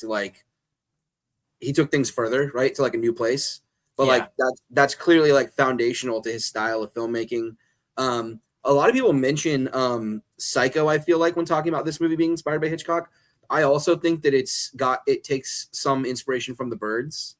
I think Oh, for there's sure. there's something like small town, man versus nature on a beach. I don't know. There's a DNA in common between those movies for me, for sure. And I mentioned that like last week I was watching North by Northwest, Yeah. and I feel like the score for that movie influenced this movie. Like I think that was one of the more sort of thrilling and scary scores in a Hitchcock film.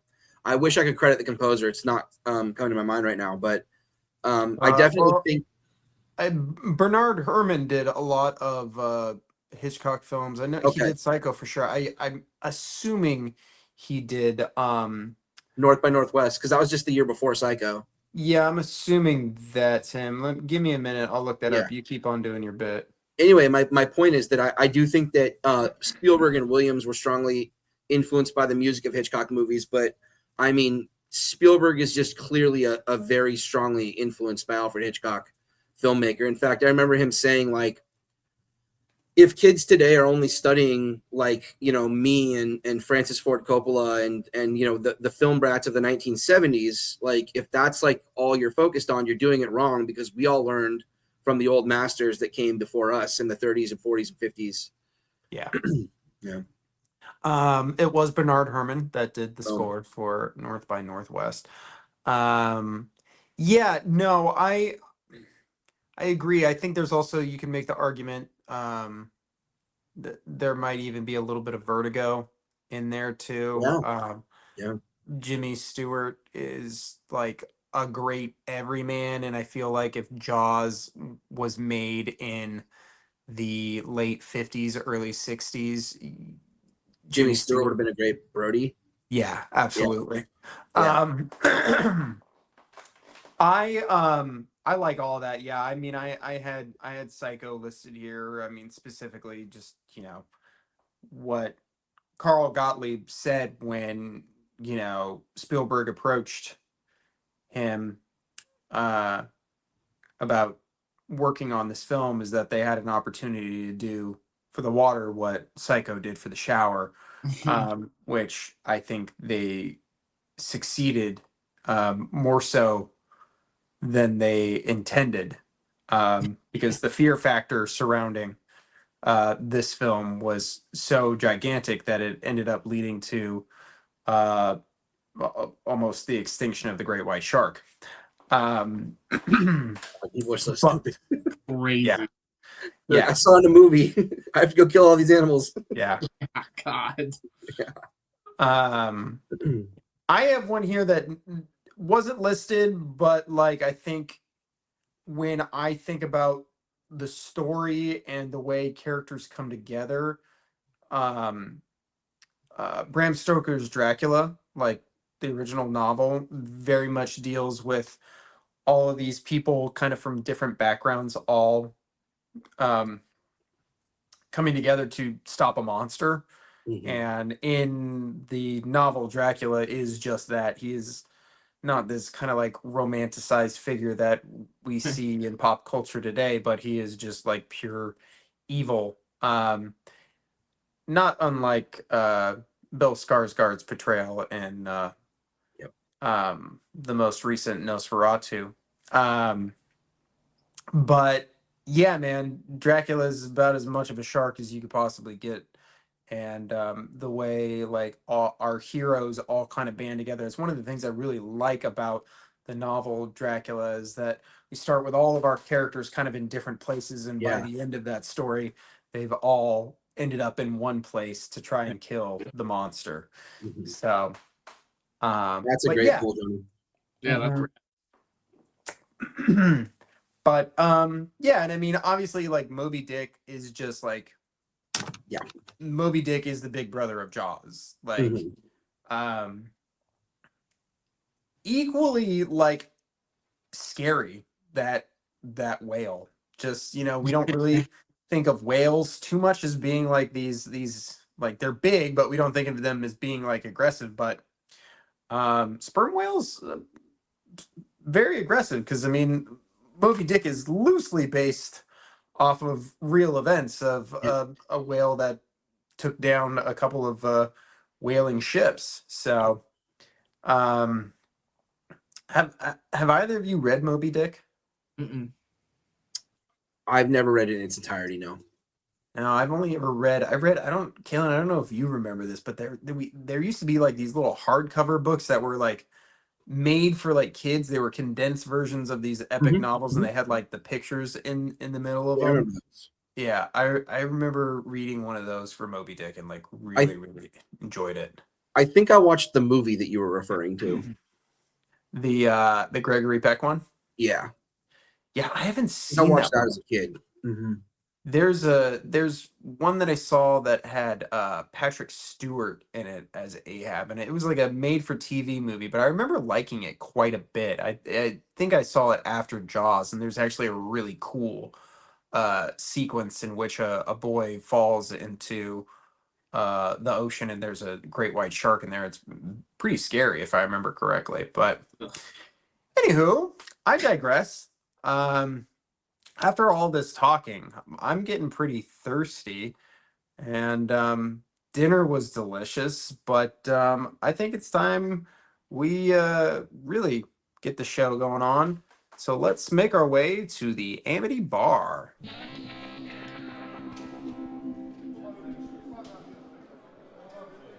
Here at the Amity Bar, we're going to get drunk. We're going to drunk off of all the drinks that we're going to drink. It's going to be great. So, fellas, if you guys were going to have a Jaws-themed party and invite me specifically over for food and drinks, what cocktail would you be serving at this Jaws party? Kaylin. So I wanted to do something that was tropical, like islandy, but also some had some bite. Ha So I picked one of my favorite tiki drinks. It's called an Iron Ranger. Ooh. And you want a hurricane glass and you want pebble ice. Oh, yeah. And you're going to hit this with 2 ounces of cask strength bourbon. So big boy bourbon, right? Something like 110 proof, something like that, right? This is tropical? That's with it. bite. With big boy bite. Now that is going to get 3/4 of an ounce of lemon juice, 1 ounce of pineapple juice, 1/2 ounce of velvet falernum, 1/2 ounce of simple syrup. You're going to put all that in your tin. You're going to add a couple dashes of Ango, and you're going to do just a skosh of pebble ice. You whip shake it until your pebble ice is gone. You get yourself your hurricane glass. You fill it to the top with pebble ice. You pour the contents of your cocktail over the pebble ice into the hurricane glass, and you're going to garnish that with a cinnamon stick. Ooh. What was this velvet one? What's in there? What is that? Velvet falernum. Yeah. It's like a tiki liqueur. Okay. But it's barely a liqueur. It's like 10% alcohol by volume, but it's just like this tropical flavored liqueur that you'll add to a lot of tiki drinks. So like, for example, a drink I really like to drink is a chartreuse swizzle. You use falernum on that. Okay. But in like a lot of like classic tiki cocktails, you use falernum. Huh. A lot of people like to make their own. I like to just buy it at the store because the brand Velvet Falernum bottled falernum it's perfect. Oh, nice. Right on. Yeah. And what you get is like a really, really delicious, crushable tiki drink, but you still get that bourbon. It's really good. That sounds lovely. Mm-hmm. All right, B-Rye. I need a pebble ice maker. I'd be happy to make them for you guys. There you go. Yeah, now we're talking. We got it at Lure. I'll just steal some. There you go. All right, Brian, follow that one up. Let's go. 30 rack Narragansett lager sold. There it is. I had 3 drinks technically on my list though. Well, that one's not my cocktail though. There was like a fancy cocktail I saw, but I don't know if you guys saw, or Johnny probably already knows. Jack Daniels is coming out with like a 50-year anniversary Jaws bottle. What? It's a shark. Okay. Yeah, I've seen it. It's beautiful. That's pretty good. Yeah. I didn't know about that. I got your Narragansett over here. That's right, Can't really baby. get these on the West Coast too much, but yours truly's got a couple in the fridge. Oh, yeah. So good. So good.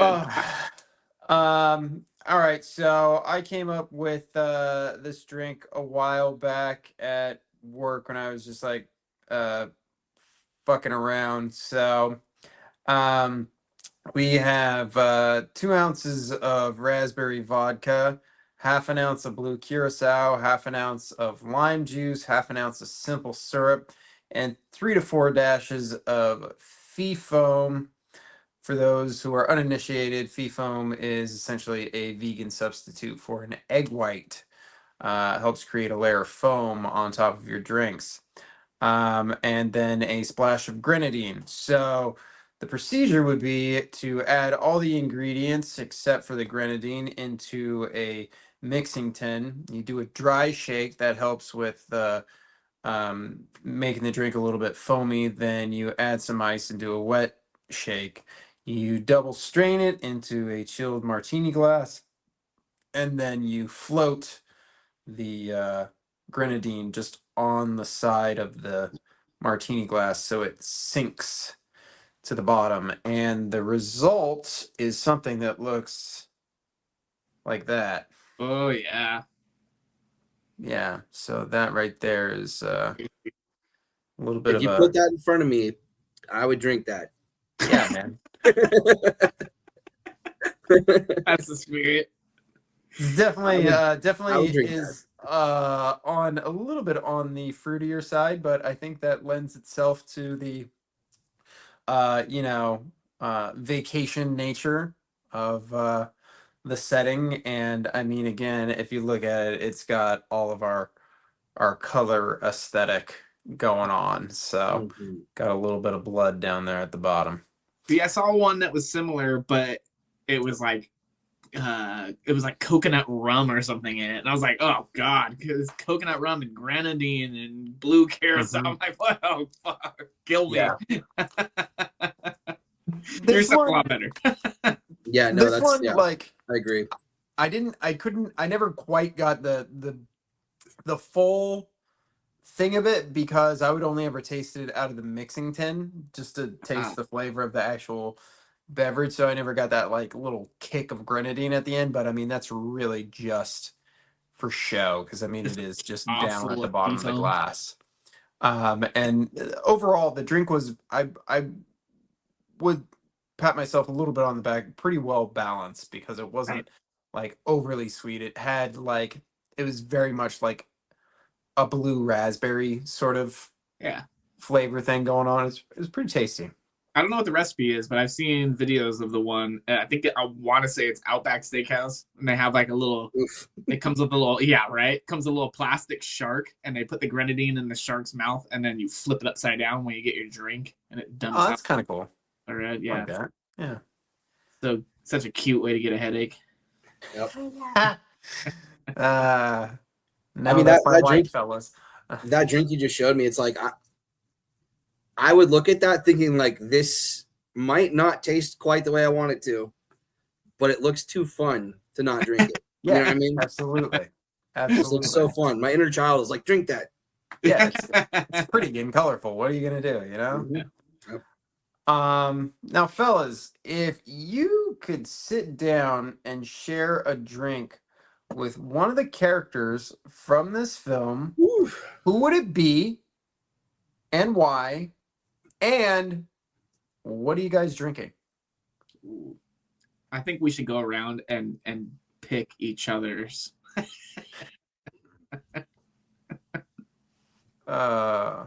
Well, if here's the deal, if one person says one and that was yours, then you gotta pick another person. There will be no doubling up this time around. Oh, there you go. I would drink with Quint. Hey, there it is. And my first thought is I'm not really a rum guy, so maybe some Belveni 14-year aged in Caribbean rum barrels, some Scotch aged in Sounds rum lovely. barrels. Yeah. But I also think that he might be like, I don't want no Scottish booze. So maybe just some straight up American whiskey, maybe some maybe like a Whistle Pig rye or a good bourbon. Ooh. And why would you want to drink with Quint? Because I just think I'd have a great time with that old man.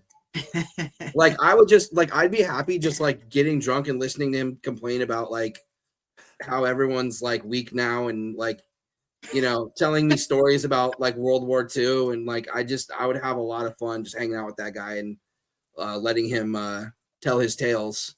And I think he'd have fun with a guy like me because I'd just be like, interested in his stories and asking questions about World War II and shit. And he'd be like, let me tell you. Yeah, I think we'd have a good time. I love it. Yeah. See, I want to say the same thing. I want to say Quint, and I want to just like drink a bunch of Narragansett and sit on the boat and like never even leave the fucking harbor and just Exactly. And hear See, tales. I thought Quint, and then I was like, man, eventually it's gonna get hostile at some point. I'm comfortable with that. And then It's weird. It's I work in just gonna Oxnard. be like drinking with my dad. So See, and that's where I was thinking. Where I'm like, okay, it's either that or I'd want to be like chilling at like the dining room table with Brody, just like drinking wine and fucking shooting the shit. yeah, that was one that I was pretty much thinking. I was like, yeah, that was like I would sit with Brody because he seems like he's a fun drunk. He Right? seems like when he Eric, gets point. going, he seems like he's fun, and we would absolutely just be drinking red wine out of pint glasses.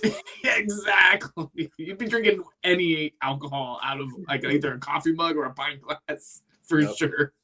And these are the scenarios. Like you're with Quint on the boat, you're with Brody in the house, and Where are you then with Hooper, fucking if we go drinking with Hooper, that we're gonna end up at like every bar in town. There's only like 3 bars in Amity, but we're gonna end up at all of them. There's gonna be women involved because Hooper's a fucking player and he's rich. You can just get all of this vibe, like when you see Hooper drunk on the boat. Yep. And how he just like starts like losing his shit, like when he says when he's talking to Quint about the tattoo and he's like, wait, don't tell me, mother, and he just starts losing his shit, like laughing hysterically. You're like, oh man, this guy's a wild card. He's a wild card for sure. He's the most entertaining person in the room. Oh, sure he does. That's good. Hell yeah. I love that. Trying to think. I feel like there's like one other person in this movie that would like be fun to drink with. Fair, dude. Mrs. Brody. Yeah, well, I mean, she's a babe, so what are you gonna do? I mean, Hooper thought so in the novel, that's for sure. I haven't read the novel. That's funny. Oh man, It's good. you got to, man. It's an easy read. You'd knock that shit out pretty quick. Okay. But all right. Well, now that we're good and liquored up, I think we should stumble on down and have ourselves a nightcap at Quint's shack.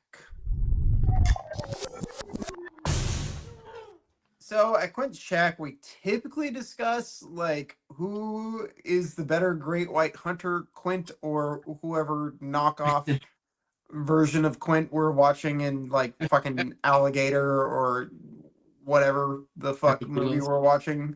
But this time around, I wanted to talk about a little bit about who inspired the character of Quint. I mean, obviously the big one that we've already kind of discussed is Ahab.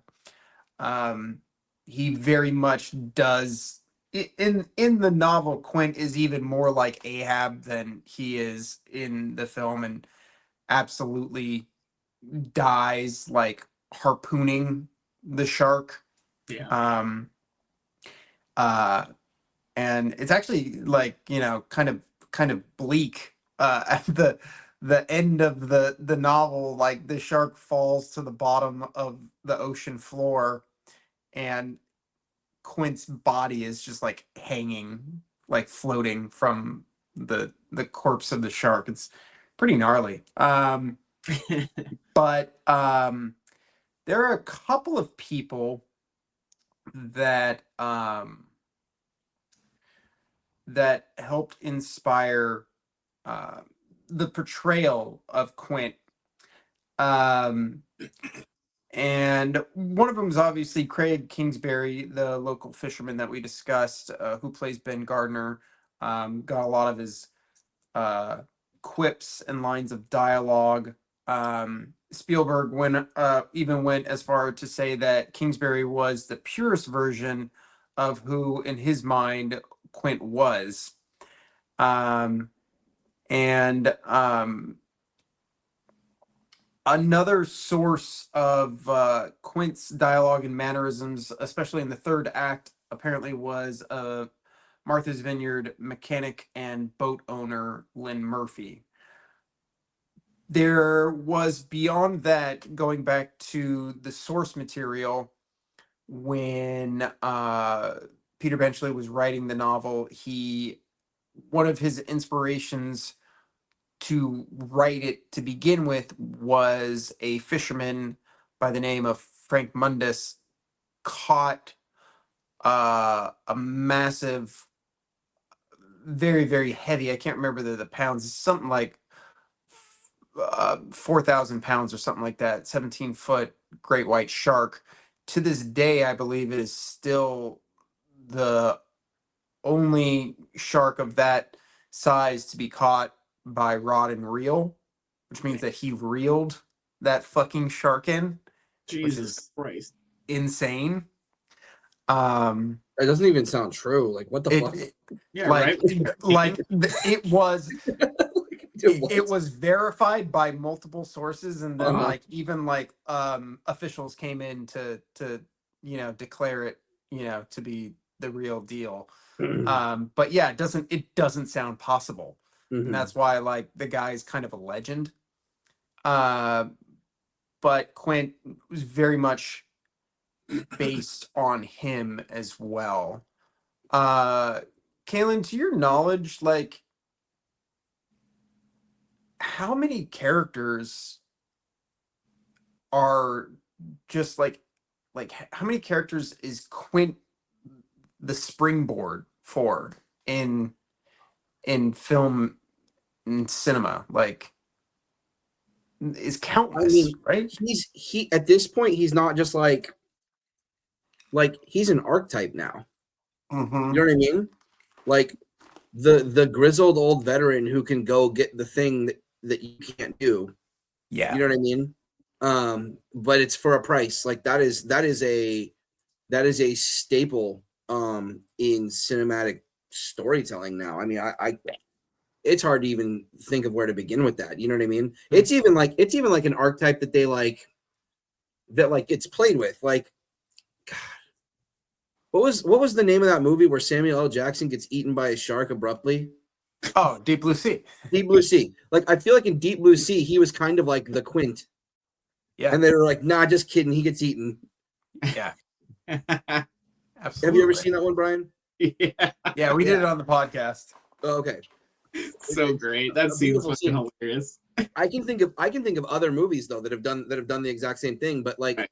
yeah, like the grizzled veteran who knows what to do and is there to sort of solve the task in the way that he is, and the old sailor, the old war veteran, like Yep.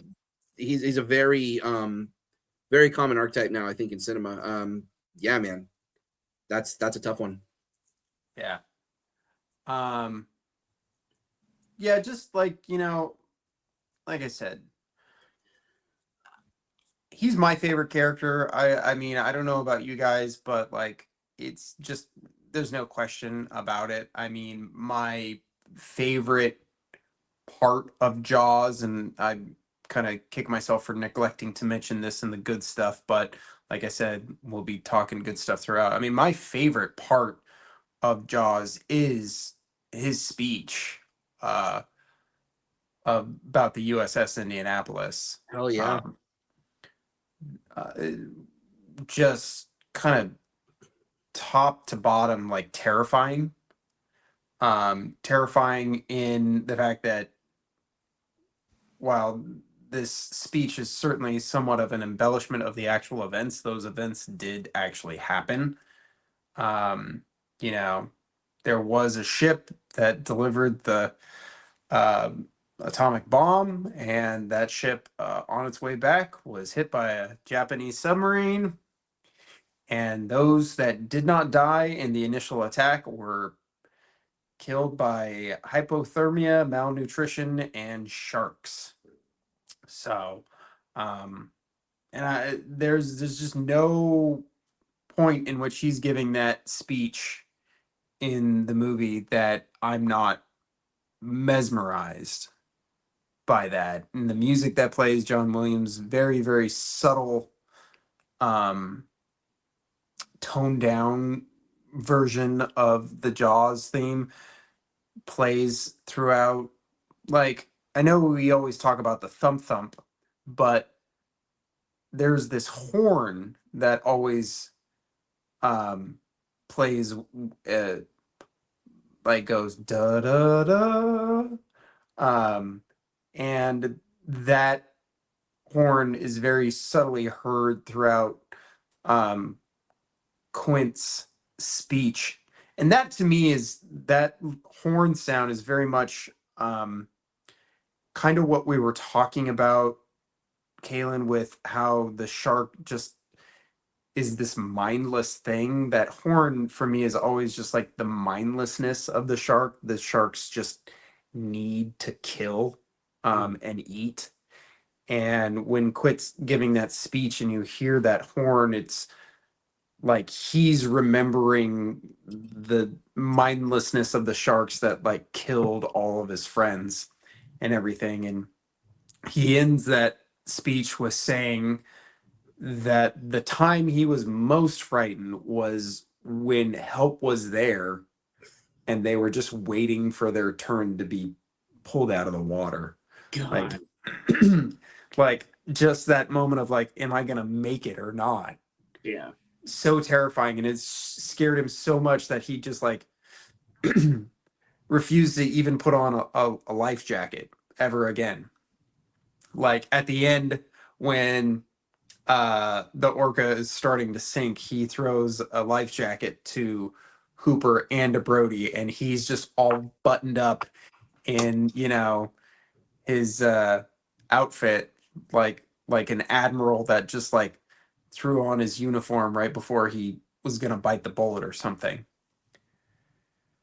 And I love that Quint's fate is the collection of his choices. Like, Quint doesn't die if Quint isn't stubborn about it. Quint doesn't die if he doesn't destroy the radio, if he doesn't destroy the boat, if they went in to get a bigger boat. Like, Quint doesn't die. The sum of all of his choices are what leads to his fate, his ultimate demise. And that's one of the reasons why it's so tragic when he does die. It's just like, dude, if you had just like been chill, like this wouldn't have happened this way, man. Either of you have any more thoughts on Quint? Not particularly. I just think, I think he's a pretty legendary character and pretty flawlessly executed in this movie. Yeah. Agreed. Well, oh, hey, wouldn't you say the sea captain, speaking of The Simpsons earlier, wouldn't you say he's kind of based on Quint? I mean, probably Ahab, but he's got a lot of Quint going on.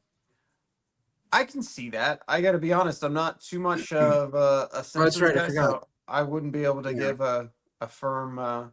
Brian, did you grow up with the classic Simpsons? I grew up, yeah, with the classic stuff, but Yeah. ever since then, I haven't really watched it. Yeah. Yeah, just the sea captain guy. This is Right. yeah. Anyway, All right, boys. Well, on that note, I guess it's time we head out to sea.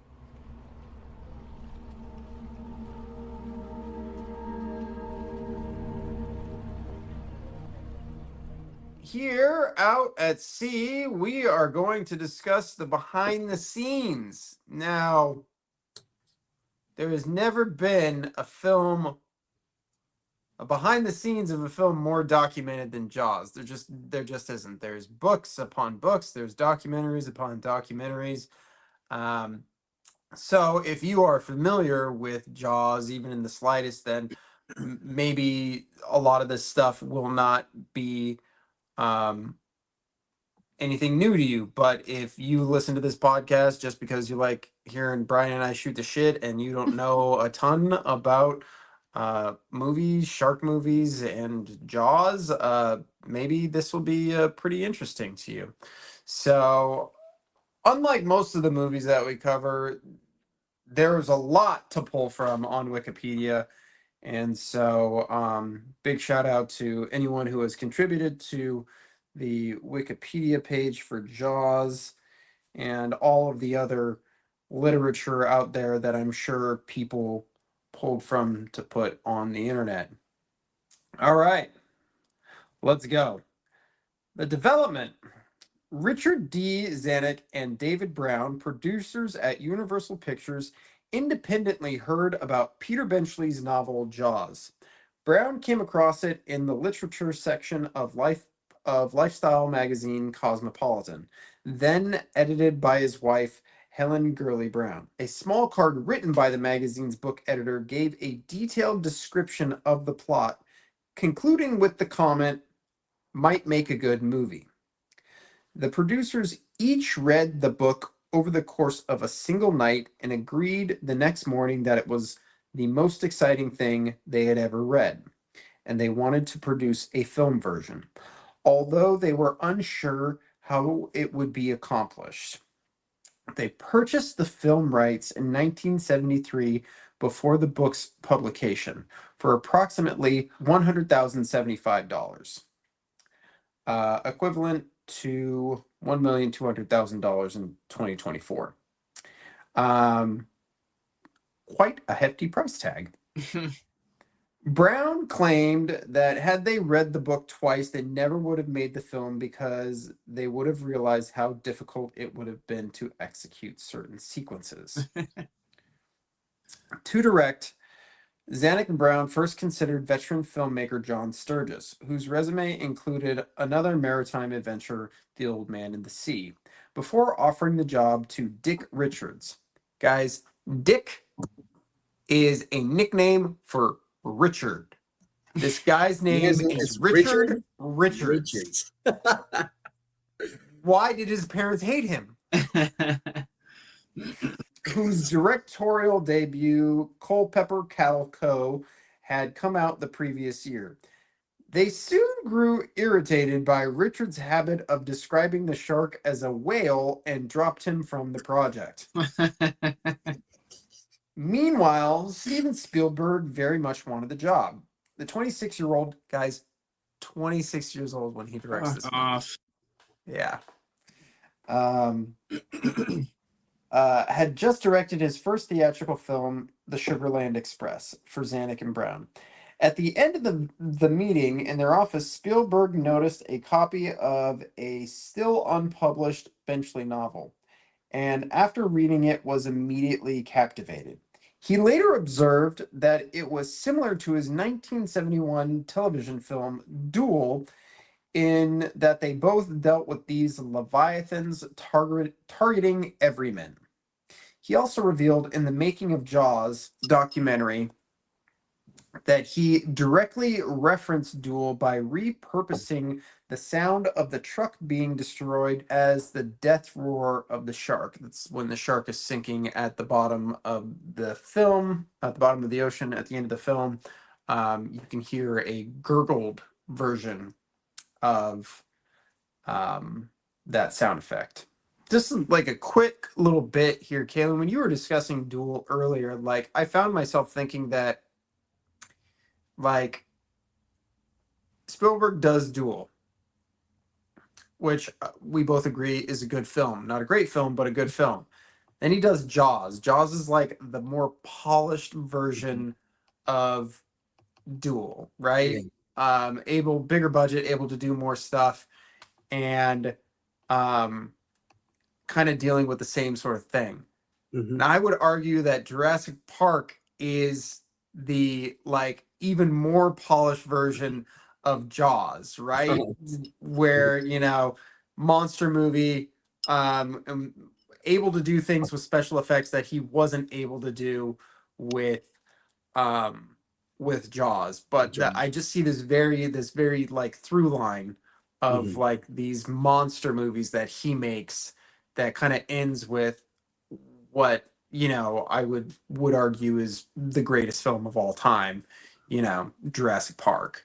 Mhm. Greatest film in terms of what a movie is supposed to be, you know? So, after Richard's departures, the producer signed Spielberg to direct in June of 1973 before the release of The Sugarland Express. Before production began, Spielberg started to grow reluctant to continue with Jaws in fear of becoming typecast as the truck and shark director. Because that's what people get typecast as. He wanted to move over to 20th Century Fox's Lucky Lady instead, but Universal exercised its right under its contract with the director to veto his departure. Brown helped convince Spielberg to stick to the project, saying that after Jaws, you can make all the films you want to. Boy, oh boy, he was more right than he knew. The film was given an estimated budget of 3.5 million and a shooting schedule of 55 days. Boys, keep those numbers in your mind, all right? They're going to become important later on. Principal photography was set to begin May of 1974. Universal wanted the shoot to be finished by the end of June, when the major studio's contract with the Screen Actors Guild was due to expire, to avoid any disruptions due to a potential strike. Writing. For the screen adaptation, Spielberg wanted to stay with the novel's basic plot, but disregard many of Benchley's subplots. He declared that his favorite part of the book was the shark hunt on the last 120 pages, and told Zanuck when he accepted the job, "I'd like to do the picture if I could change the first two acts and base the first two acts on an original screenplay material, and then be very true to the book for the last third." When the producers purchased the rights to his novel, they promised eventually that he could write the first draft of the screenplay. The intent was to make sure the script could be done despite an impending threat of a Writers Guild strike, given Benchley was not unionized. Overall, he wrote 3 drafts before the script was turned over to other writers. Delivering his final version to Spielberg, he declared, "I'm written out on this, and that's the best I can do." Benchley later described his contribution to the finished film as storyline and the ocean stuff, basically the mechanics, given he didn't know how to put the character texture into a screenplay. One of his changes was to remove the novel's adulterous affair between Ellen Brody and Matt Hooper at the suggestion of Spielberg, who feared it would compromise the camaraderie between the men on the Orca. Spielberg, who felt that the characters in Benchley's script were still unlikable, enlisted the help of Tony and Pulitzer Prize winning playwright Howard Sackler, who was in Los Angeles when the filmmakers began looking for another writer. Sackler offered to do an uncredited rewrite since the producers and Spielberg were unhappy with Benchley's drafts. He basically knew he couldn't give an appropriate amount of time to the script, so he just asked that he not be credited. At the suggestion of Spielberg, Brody's characterization made him afraid of water. In addition, Sackler came up with the backstory of Quint as a survivor of World War II, the USS Indianapolis disaster. The question of who deserves the most credit for writing Quint's monologue about the Indianapolis has caused substantial controversy. Spielberg described it as a collaboration between Sackler, fellow screenwriter John Milius, and actor Robert Shaw, who was a playwright. According to the director, Milius turned Sackler's 3/4 of a page into a monologue, and that was partially rewritten by Shaw. The way it goes basically is that Sackler wrote a paragraph. Spielberg really liked that. He wanted him to elaborate on it, but Sackler thought less was more, so they got John Milius to do it. John Milius wrote multiple pages of this thing, and when it was turned over to Robert Shaw was like, well, I can't really say it like this, but let me take a stab at it and write it my way, how I would say it, and that's basically what we ended up with in the film. Spielberg also wanted some levity in Jaws, humor that would avoid making it a dark sea hunt, which is kind of like what we get in the book. There's a very different vibe to the characters in the book, and they're all very grouchy people, basically. So he turned to his friend Carl Gottlieb, a comedy writer and actor, then working on the sitcom The Odd Couple, excuse me. Spielberg sent Gottlieb a script asking the writer what the writer would change, and if there were a role he would be interested in performing. Gottlieb sent Spielberg 3 pages of notes and picked the part of Meadows, a politically connected editor of the local paper. He passed the audition 1 week before Spielberg took him to meet the producers regarding the writing job. So in the book, Meadows has a much, much larger role. He's actually kind of like Brody's confidant, and they, go back and forth on a lot of stuff. And Meadows is a lot of the times kind of like cautioning Brody about pushing to close the beaches and stuff like that because of the mayor's ties to the mafia. In this, really, Yeah. yeah. In the film, Meadows is almost kind of antagonistic towards Brody.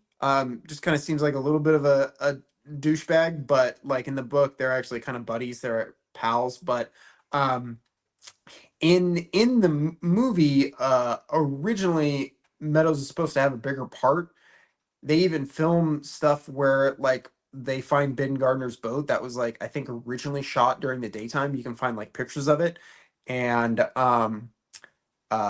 Carl Gottlieb actually fell off of the boat because it's the 3 of them that go to find Ben Gardner's boat in the original scene that they shot. And yeah, Carl Gottlieb fell over. You can see pictures of him being like pulled out of the water and everything.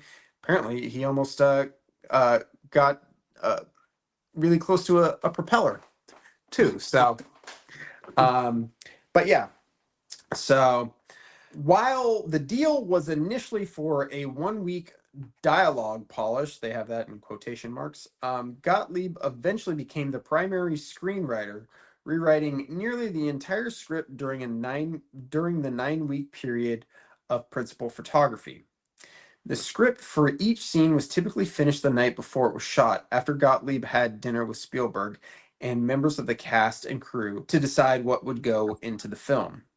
Many pieces of dialogue originated from the actors' improvisations during these meals. A few were created on set just prior to filming. John Milius contributed other dialogue polishes, and Sugarland Express writers Matthew Robbins and Hal Barwood also made uncredited contributions. Spielberg has claimed that he prepared his own draft, although it is unclear to what degree the other screenwriters drew on his material. One of the scenes that Spielberg wrote did end up in the film, and that is the scene with the pier being taken apart. That was in Spielberg's original draft. One specific alteration he called for in the story was to change the cause of the shark's death from extensive wounds to a scuba tank explosion, as he felt audience would respond better to a big, rousing ending.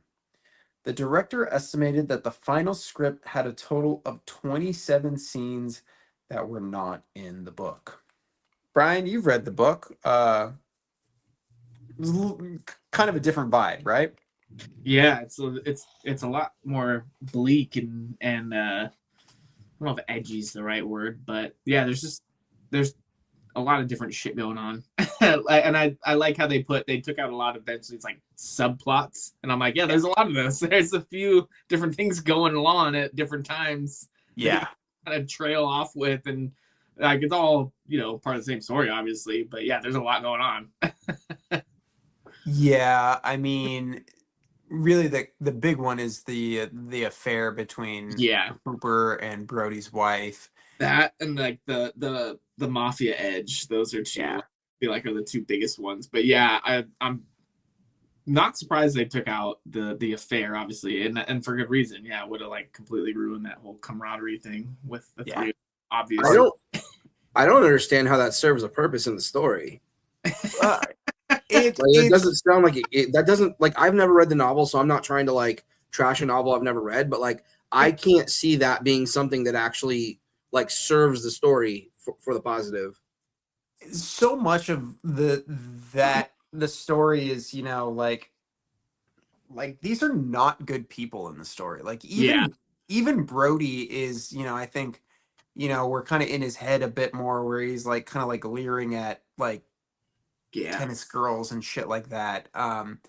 And he's not like I mean he's like he's just being a dude. Like they're not happy in their marriage in the book. But Hooper's also not a cool guy in the book by any means. Is pretty much a dick right out the gate, and then in a sense it adds good meat for that particular story, because as opposed to the guys working together to defeat the shark like they do in the movie, they kind of tear each other apart. At which kind of keeps them all separate, which leads to their demise, basically. Yeah, they're much more like stuck on the boat together. Yeah, there's like no fun vibes about it at all. So very, very different feel. Yeah, because Ellen like knows Hooper from before or something. Or his brother or something, right? Yeah, that's what it was. Because she in the novel she comes from a very like posh. Oh, that's right.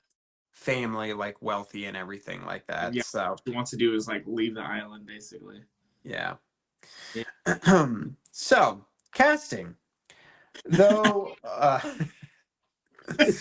Sorry, that was a hard right turn right there. We got to correct this ship. God damn it. Though Spielberg complied with the request from Zanuck and Brown to cast known actors, he wanted to avoid hiring any big stars. He felt that somewhat anonymous performers would help the audience believe this was happening to people like you and me. You guys agree with that, right? Mm-hmm. Like, I can see it. I feel like if we get like a Robert Redford or a Paul Newman in this, it just doesn't quite have the same vibe, Yeah. I think that was a popular concept in the 70s. Like they didn't want to cast a big name as Superman because they didn't want you to see a big name. They wanted you to, what I mean? So I get it. Yeah. I mean, George Lucas does the same thing with Star Wars, right? Too. Yeah, so. That's all unknowns. Yeah. Whereas big stars bring a lot of memories along with them, and those memories can sometimes corrupt the story.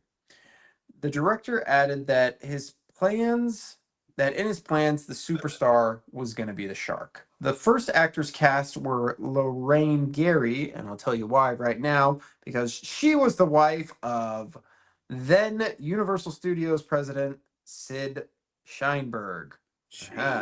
Lauren Gary cast as Ellen Brody, and Murray Hamilton as the mayor of Amity Island.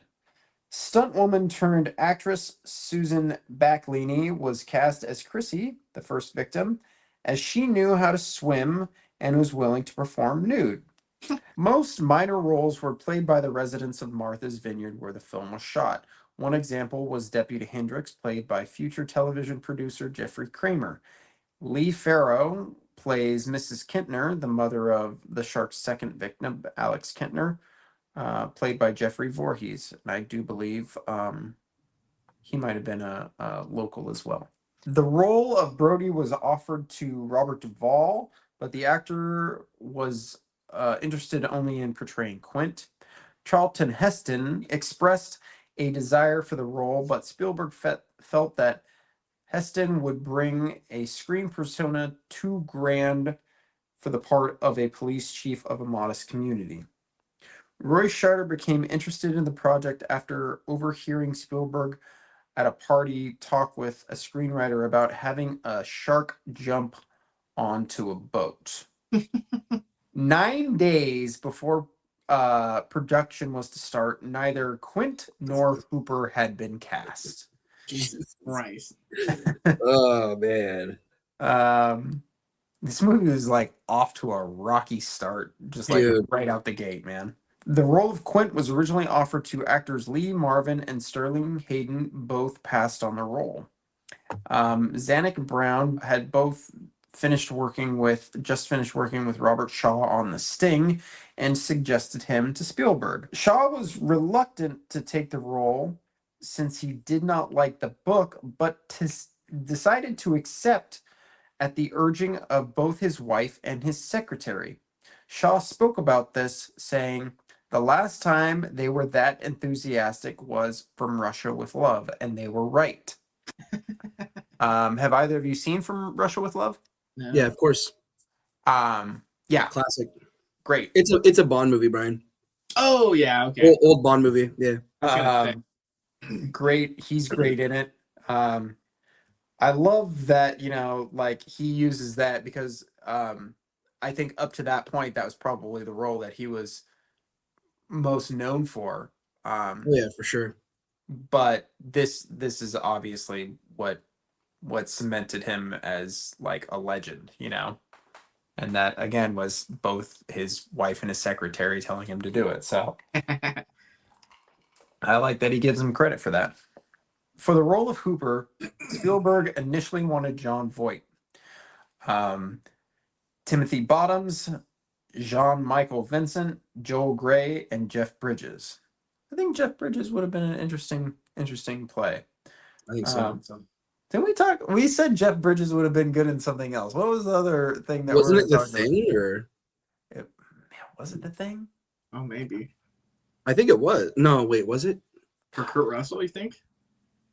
That might have been it. Maybe. Maybe. No, were we talking? Was this when we were doing Signs? I think it was Signs. Yeah. I feel like it was more recent than The Thing. Maybe it was Signs, and he was supposed to play. What if it was both? That's what we're going with. Because I feel like every time we come across Jeff Bridges, everybody else in the lineup, we're always like, no, they couldn't do it. And every time we get to Jeff Bridges, we're like, Jeff Bridges. Maybe could have done it. Jeff Bridges is pretty good. They were all considered for the part. Spielberg's friend George Lucas suggested Richard Dreyfuss, whom he had directed in American Graffiti. Have either of you seen American Graffiti?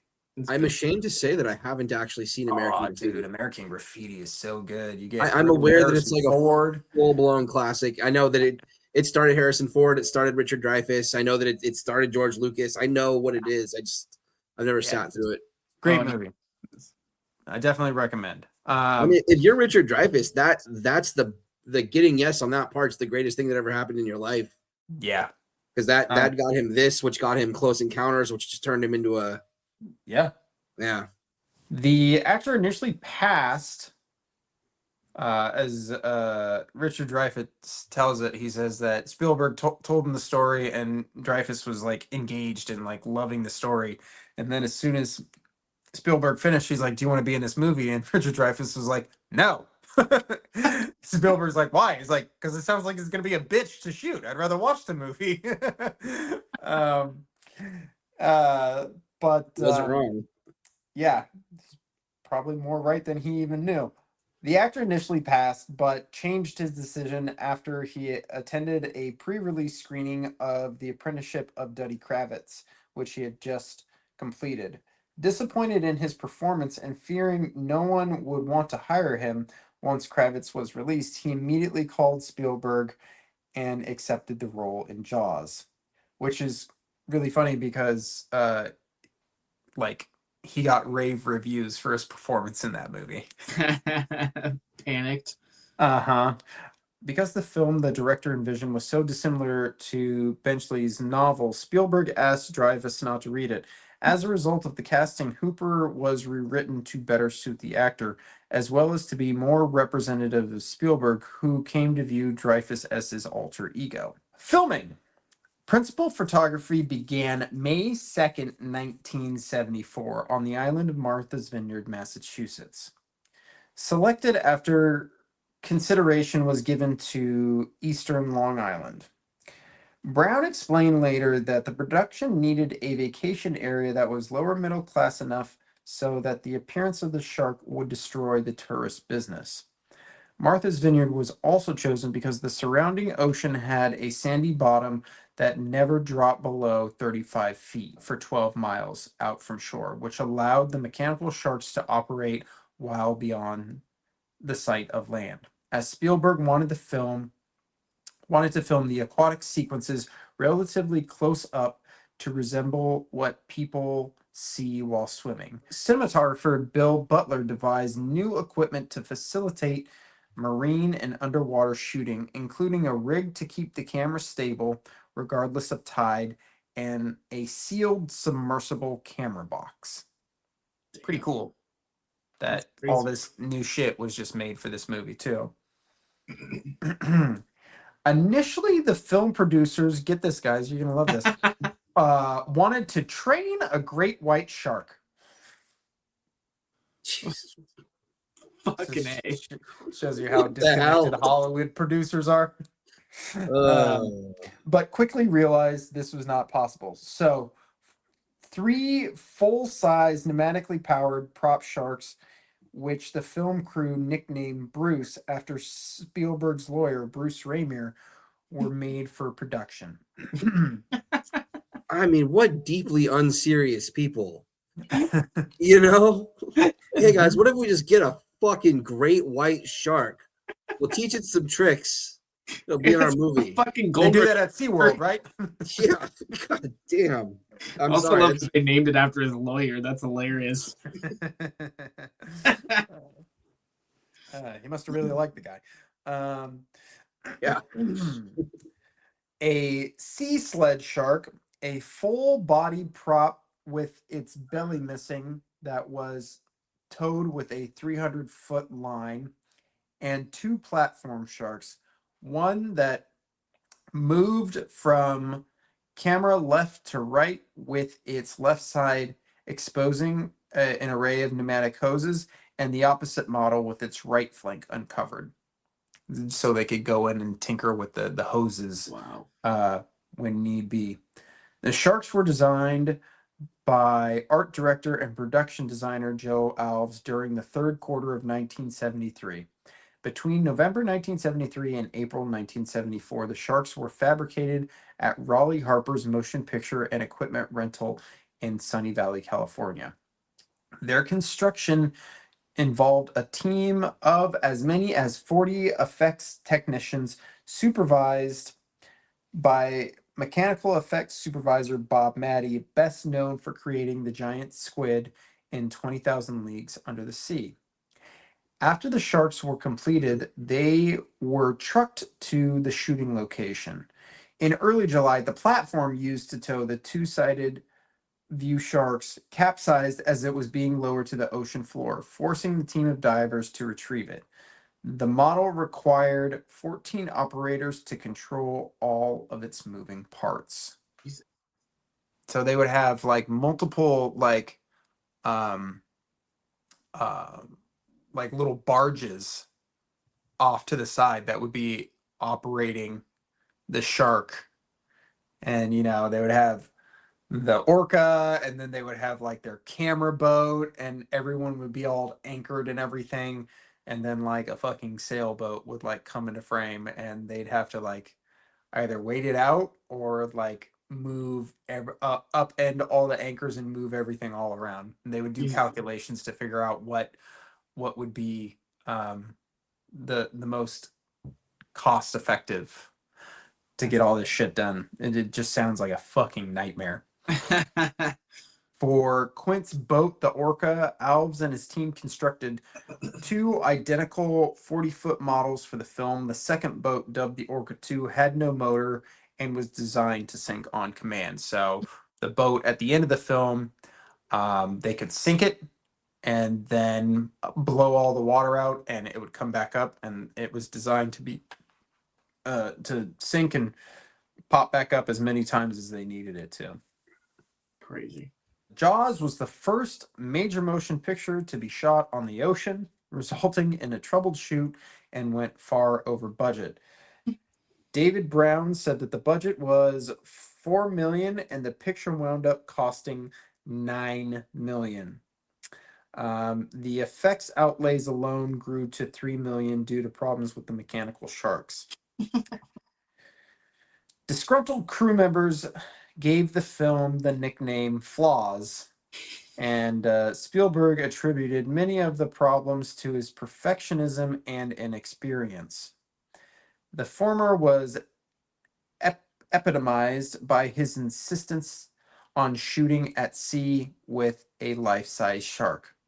I could have shot the movie in a tank or even in a protected lake somewhere, but it would not have looked the same.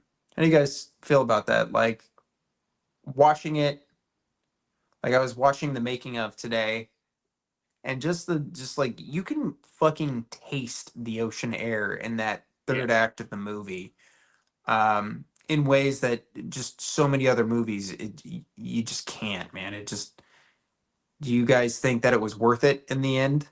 Oh yeah. I mean, sure. I'm always like, I am. We live in such a lazy time of filmmaking, where instead of like putting on a mask, they'll CGI like a nanotech mask on a person's face, and it's like, what the fuck was that? Did you guys see Joker? Like the blood that's not real blood, that's CG.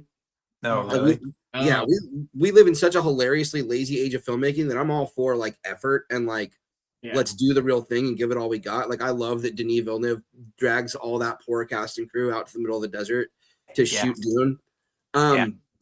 Still, like, I absolutely love the ambition. Do I think, like, in the moment, maybe Spielberg was behaving with a little bit too much hubris because he was a snot-nosed little shit who didn't know anything about real life and how hard what he was trying to do was going to be? I mean, sure. You know what I mean? If I was a crew member trying to deal with that shark because this dumbass doesn't understand how dangerous and difficult the ocean is, I'd be frustrated with him. But like, do I think that like ultimately the movie is greater for it? Hell yeah. Absolutely. Yeah.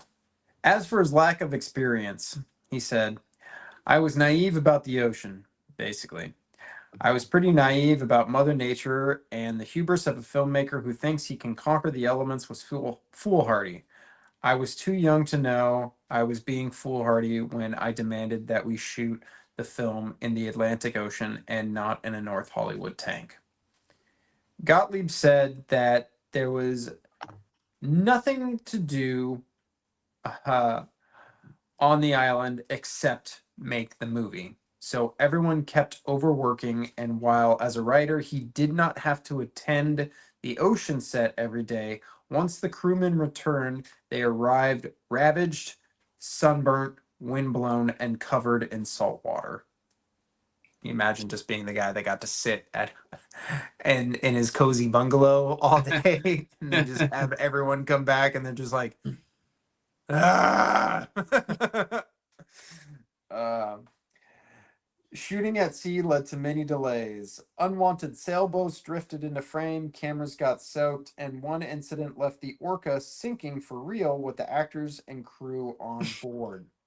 So the real Orca, the one that was not supposed to sink, they had like a little like ring or something like that for to tug the barrels through to make it look like the barrels were approaching the shark, and they had a little speedboat that was pulling the rope, and they pulled it too fast and yanked out a piece of the hull, caused the boat to sink. And there's this great little story about how one of the sound guys like had a big piece of sound equipment that he was holding over his head, and Spielberg is, on a microphone saying, "Get the actors off the boat, get the actors off the boat," as the boat is sinking and the sound man is going down with the ship, and he's yelling, saying, "Fuck the actors, save the sound department." I love that. The prop sharks frequently malfunction owing to a series of problems, including bad weather, pneumatic hoses taking on salt water, frames fracturing due to water resistance, corroding skin, and electrolysis. From the first water test onward, the non-absorbent neoprene foam that made up the shark's skin soaked up liquid, causing the sharks to balloon. And the sea sled model frequently got tangled up in a forest of seaweed. Spielberg later calculated that during the 12-hour daily work schedule, on an average, only 4 hours were actually spent filming. Gottlieb was nearly decapitated by boat propellers, and Dreyfus was almost imprisoned in the steel cage. Actors frequently got seasick. Shaw also fled to Canada whenever he could due to tax problems, engaged in binge drinking, and developed a grudge against Dreyfus, who was getting rave reviews for his performance in Duddy Kravitz. Editor Verna Fields rarely had material to work with during principal photography, as according to Spielberg, we would shoot 5 scenes in a good day, 3 on an average day, and none on a bad day when we were out at sea. The delays proved beneficial in some regards. The script was refined during production, and the unreliable mechanical sharks forced Spielberg to shoot many scenes so the shark was only hinted at. For example, for much of the shark hunt, its location is indicated by the floating yellow barrels. The opening originally had the shark devouring Chrissy, but was rewritten so that it would be shot with Backlini being dragged and yanked by cables to simulate the attack. Spielberg also included multiple shots of just the dorsal fin. This forced restraint is widely thought to have added to the film's suspense. As Spielberg puts it in years later, the film went from a Japanese Saturday matinee horror flick to more of a Hitchcock, the less you see, the more you get thriller. In an interview, he simply declared, "The shark not working was a godsend. It made me become more like Alfred Hitchcock than Ray Harryhausen." The acting became crucial for making audience believe in such a big shark. The more fake the shark looked in the water, the more my anxiety told me to heighten the naturalism of the performances. Caitlin, this is all the stuff that we were talking about earlier. Footage of real sharks was shot by Ron and Valerie Taylor in the waters of Dangerous Reef in South Australia, with a little person actor in a miniature cage, to create the illusion that the average size great whites were enormous. During the Taylor shoot, a great white attacked the boat and cage. The footage of the cage attack was so stunning that Spielberg was eager to incorporate it in the film. No one had been in the cage at the time like they were supposed to be in the script, as it was following the novel. Originally, the shark kills Hooper in it. The storyline was consequently altered to have Hooper escape from the cage, which allowed the footage to be used. As production executive Bill Gilmore put it, the shark down in Australia rewrote the script and saved Dreyfuss's character. This is really great footage of the shark. What actually happens is the shark gets really close to the cage and it gets its nose caught in there and then starts to panic and then becomes entangled in the wires, and it looks like it's tearing the cage apart, but it's just rotating over and over again trying to get itself out of the trap. And then what you don't see in the actual film is the cage breaking away from the boat and sinking with the shark attached to it, and the shark's just like spinning, and you just see like its jaws opening and closing as it like tumbles down to the bottom of the ocean.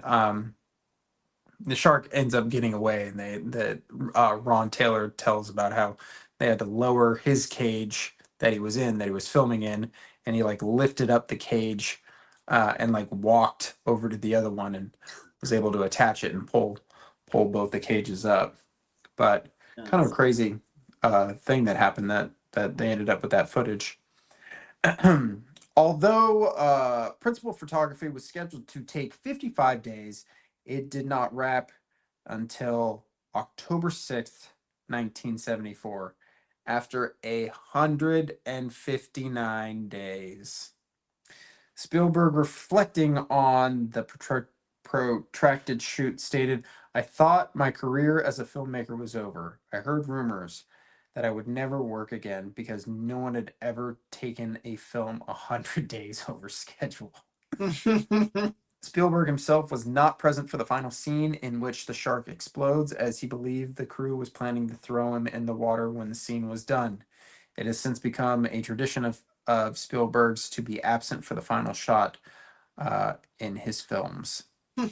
Afterward, underwater scenes were shot at the Metro Goldwyn Mayer water tank in Culver City with stuntman Dick Warlock, who, for you horror fans, played Michael Myers in Halloween 2, and Frank James Sparks as stand-ins for Dreyfuss in the scene where the shark attacks the cage.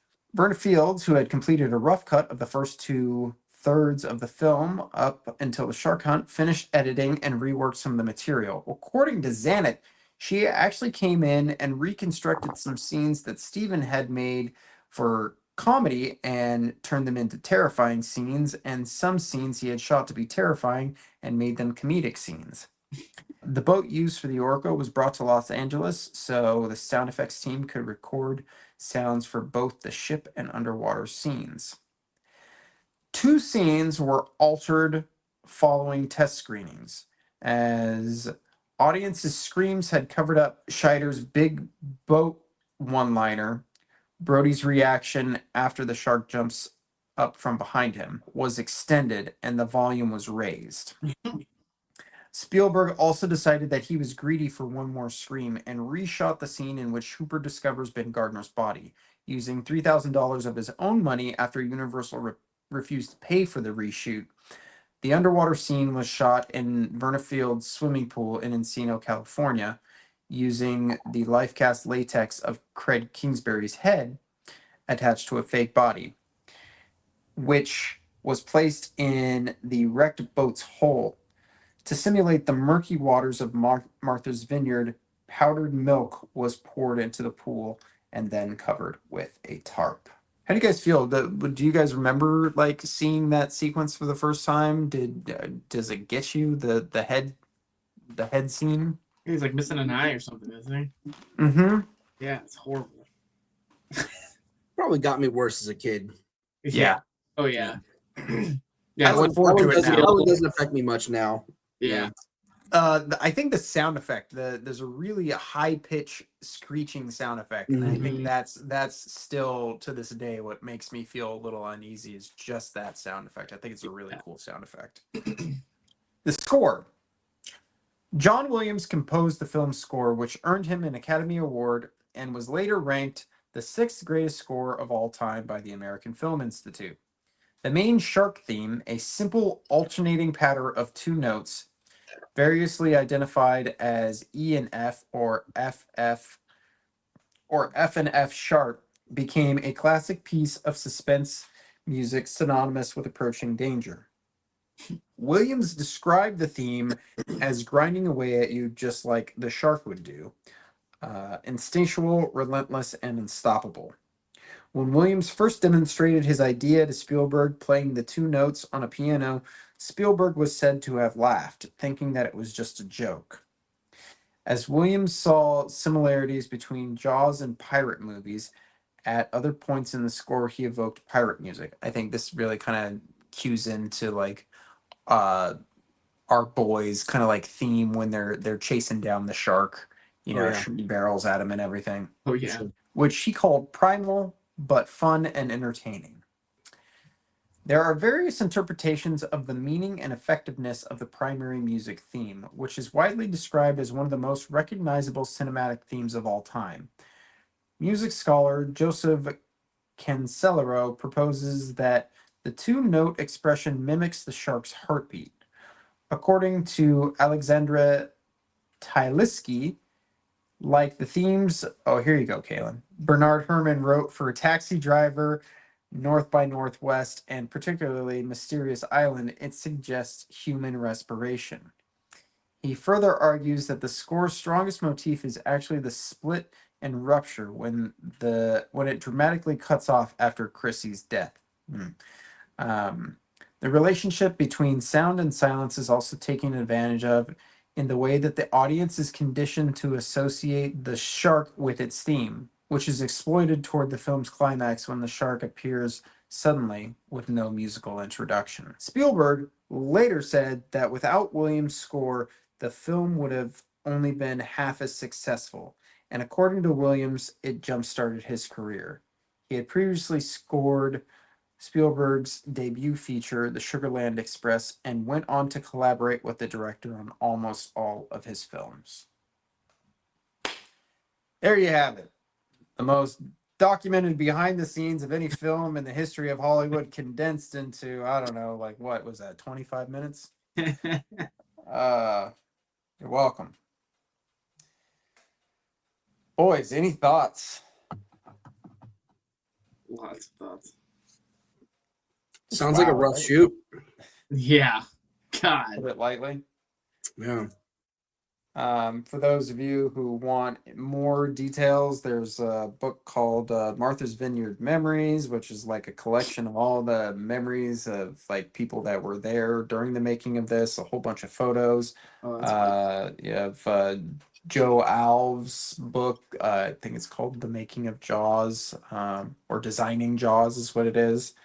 You get a lot of cool behind the scenes pictures of all the artwork and everything. And then, The Making of Jaws, which you can find on pretty much any Blu-ray, is just kind of like the Bible of it. And arguably one of the best how-tos to make a movie, the Jaws log that was written by, I think it was written by Carl Gottlieb, with contributions from Spielberg and Joe Alves as well. It's a great book that they wrote during their time on the island and everything. It has a lot of cool behind the scenes stuff. It's great book, great read. For more detailed history beyond that, but oh my God, I'm tired of reading, so let's get ourselves a bigger boat.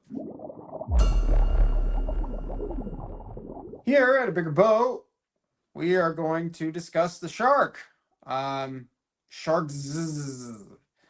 Guys, out of all the Jaws movies, Brian, I know you've seen them all. Kaylin, have you seen all the Jaws movies? No. Oh, God. Nope. Have you seen Jaws 2? I mean, yeah. Okay, But I hope so. long ago. I am the king of like, if I really, really love a movie, I do not feel the need to watch all of the bad sequels to it. Like I don't believe in that. Like, the only reason I really like Nightmare on Elm Street 3 is because you reminded me like, hey, give that one another watch. That one was actually good. And I went back and went, oh wait, that's right, that one was actually good. But no, I'm very snobby about when I really love a movie, not wanting to watch all the bad sequels. Well, I would make the argument that Jaws 2 is a good sequel, but we'll have you on Jaws 2, and we can get into the nitty gritty of that. Sounds like a plan. All right. So basically, the question is this: which Jaws shark out of all the franchises, Brian, you could probably be a little bit more helpful with this. Do you find the scariest? Therefore, which would you like to be in the water the least with? So, just to Galen kind of give you a little bit of an idea, in Jaws, the shark is 25 feet long. In Jaws 2, the shark is 30 feet long and has a scarred face. Yep.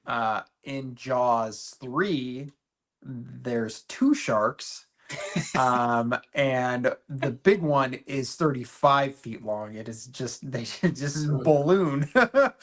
And then in Jaws the Revenge, they kick it back down to 28 feet long. And that one missing, man. That one roars. So Yeah. Oh, That's cool. in 4 or 3D? Huh? Is that 3D or 4? 3D is 35 feet, 4 Oh, is that's right. 28 feet. That roar. But 3D shark swims backwards. Right. So, like Big kicker, big kicker. extended shots of the shark swimming backwards. It's moonwalking, bro. Yeah, It's just styling. God. I'll go first. I mean, like, Please. This shark OG is by far the scariest to me. Yeah. But I would say there's a strong argument to be made for the shark in Jaws 2. Yeah. Shark in Jaws 2 is pretty fucking scary. It's scary looking, yeah. Yeah. It's bigger, but the face and everything's scary. It makes it definitely gives it a more menacing thing, and then Like charred on one side. Yeah, and its kills in Jaws 2 are there are a couple of pretty unforgiving kills, and one of them is kind of reminiscent of the estuary victim in this, where you see the shark come from underneath the water and take someone down. It's pretty scary. Yeah. So yeah, what are your guys' thoughts? Any? Mine are about the same. Yeah, the first one's obviously the scariest. Bigger is still scary, and the second one, it's like a freaky looking shark. Yeah, It's like they did a decent job with like making something scarier looking, with having its like face all messed up. You're like, okay, all right, cranked it up just enough, but not too much. Yeah, it's still it's terrible, but all right, I see what you guys are going for here. The other ones are just ridiculous, but yeah. I mean, if I had to choose something I didn't want to be in the water with, it'd be all of them, and specifically the one that roars. But yeah, if I really had to choose, which one would I least want to be in a pool with? Probably one that makes noise. Why? You know it's coming. Yeah, I guess. Great. Well, I mean, there's an argument to be made for the backward swimming one that is like bigger than a school bus. I think if it's swimming backwards, it's probably too stupid and injured to hurt you. So maybe that's the one I want. Yeah, it's true. Is it Deep Blue Sea where they're swimming like down the hallway? Is that Deep Blue? Yeah, okay. That's what always makes me think of when I think of a shark swimming backwards. I think of a shark swimming down a fucking hallway, and I'm like, all right, what are we doing? Oh boy. Yeah. What are we doing?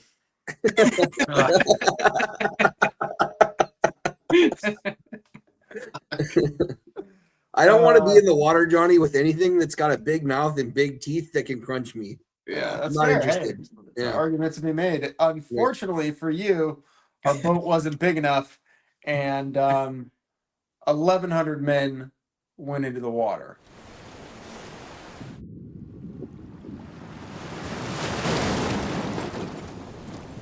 All right, guys. So in this section, we are going to discuss the source material that Jaws is based off of, the novel by Peter Benchley, and our dear man Kalen is going to read the description of the book before we discuss it. That's right.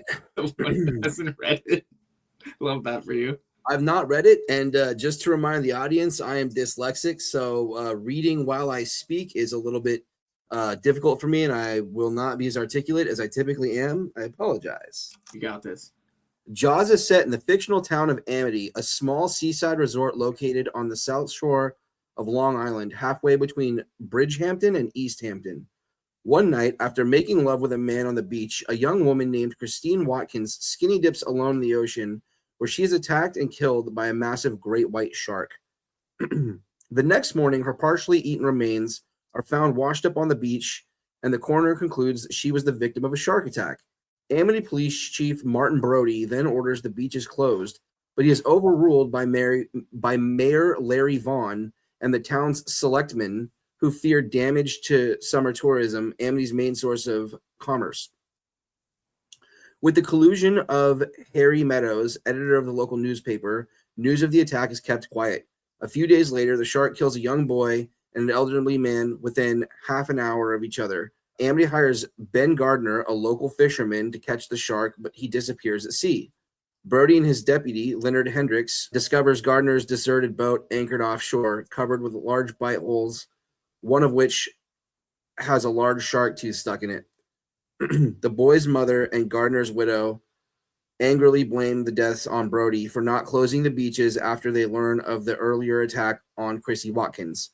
Brody, struggling with guilt, orders the beaches closed and has Meadows investigate Vaughn's business affairs to find out why he is so determined to keep them open. Meadows soon discovers the mayor is heavily in debt to the mafia, who are pressuring Vaughn to keep beaches open in order to protect the value of Amity's real estate, in which the mob has invested a great deal of money. Vaughn stands to lose everything if Amity's home market value should fall.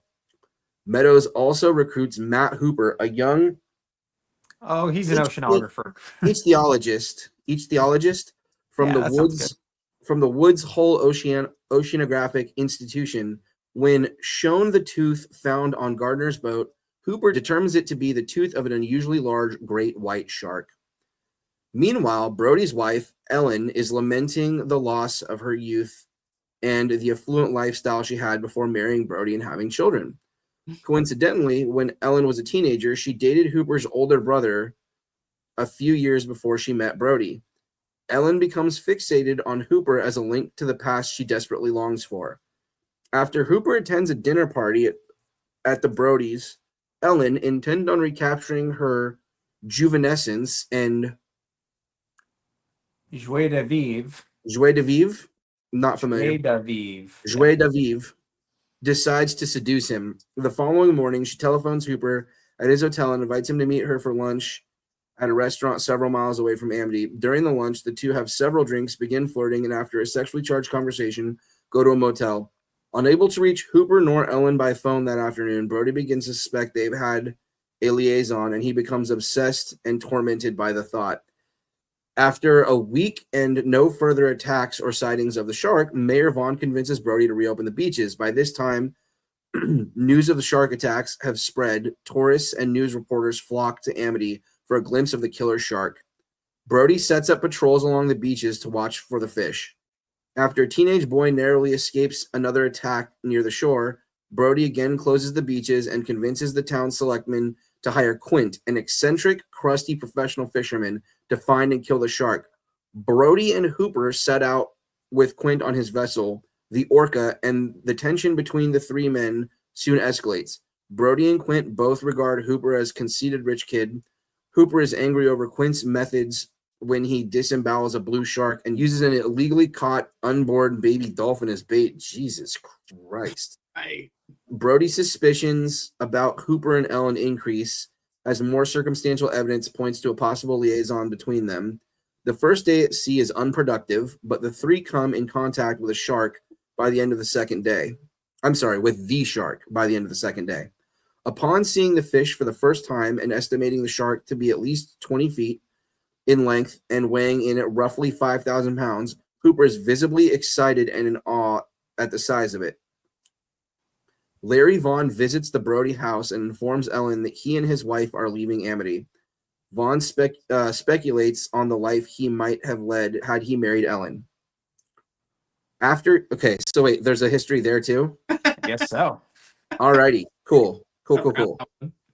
Hey, she's popular.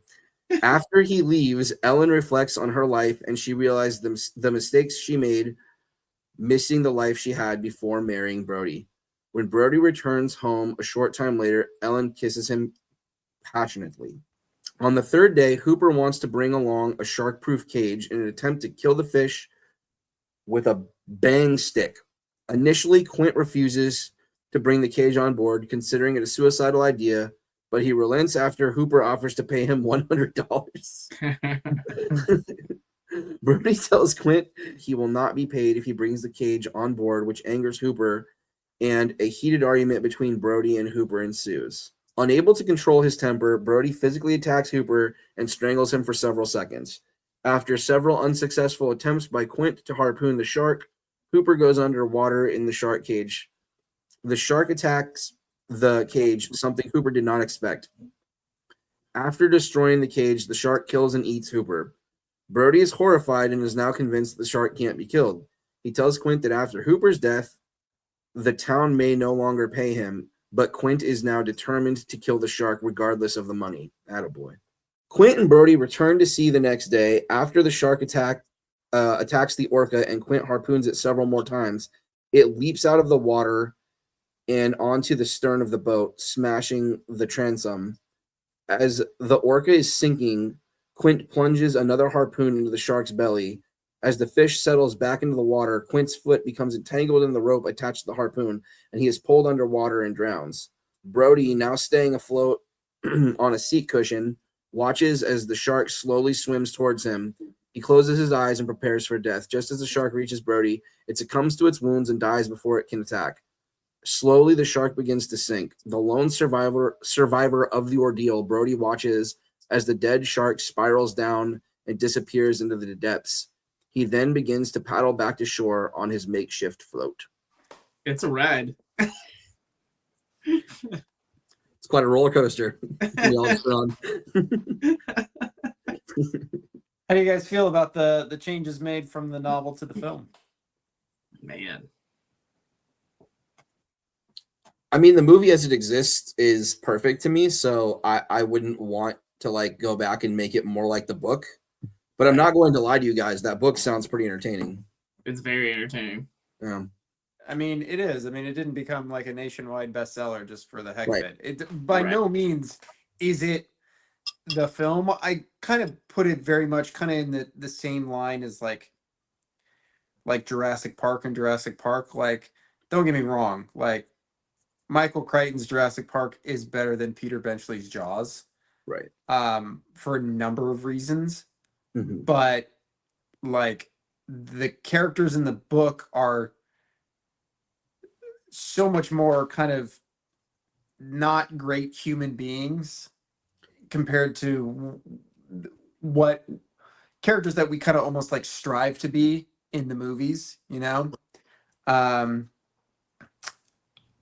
Yeah, I think the book works as it is. Like you were saying, like how you couldn't quite see how like what purpose like there being an affair would serve in the story, but now Right. having a little bit more of an idea of the It's a different story. Yeah, it is. It's just a different story, yeah. Very much so.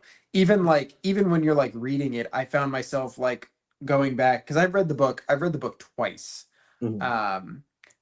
And the way I picture these characters is I do not picture them as their film counterparts. Yeah. I see different people. I feel like I feel that way frequently when I read movie source material. Like it's not like I don't like see like the actors. Yeah. Yeah. I think sometimes I can, but it's usually kind of a loose version of them.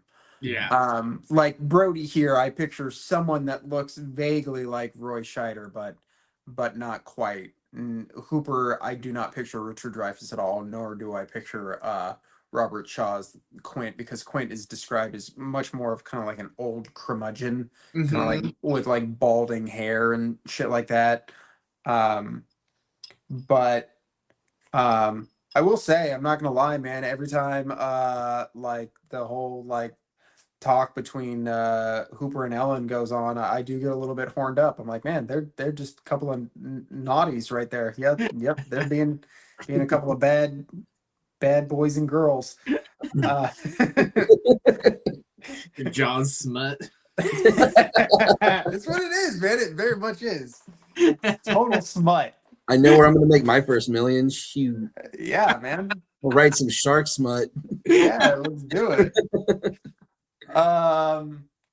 Would either of you ever be at all interested in seeing like a more faithful adaptation of the source material? I don't know. So would. My thought is this. If for whatever reason, God forbid, they decide to remake Jaws, this is what I would want to see. Yeah. I don't want them to remake our Spielberg's movie. Jaws. Yeah, like do the book. Do the book like totally. verbatim. Because that could be interesting to see. I'd like to see like a version like that, if only under those circumstances. Right. You know? Yeah, if they went like hard in the paint to the book, it would be pretty interesting though. How it would be cast, how it would be written out. A much darker movie, you know? Yeah, I mean, yeah, the book itself is just like, it's just like down in it a lot of the time. You're just like, God damn, like everyone's just getting kicked in the ass in this story right now, and this just keeps going. Yeah. But yeah, like the mafia being involved and all that shit, and the selectmen, it's like that's such a huge part of it in the book. Yeah. It's fun because, like, Brian, did you finish Jaws 2, the book? I can't remember if you finished it or not. I don't think so, actually. I feel like I would remember it if I had, so I don't think so. But they do have, like, you know, they do this really cool thing where, like, their adaptation of the novel, like they take the script, because the sequels for the movie are based off of, you know, scripts, not books, and then they do an adaptation of the screenplay for the book, but they still manage to keep the books in line with the original book, as opposed to making it follow the movie. So if you were to read Jaws 2, and then they don't do a an adaptation for Jaws 3, but they do for Jaws the Revenge. There's like all those characters and everything that they did all have like one through line for those books. So it's pretty cool. Yeah, that's like right. the Ellen that you find in Jaws the Revenge in the book, like, thinks about like how she had an affair with like Hooper. Weird. Yeah. It's kind of a trip, but it's cool the way that they all work together. So Yeah. anywho, now that we got all that, you know, very bleak storytelling out of the way, I think it's time to liven things up around here. So we are gonna have ourselves a little award ceremony. Our Yellow Barrel Awards.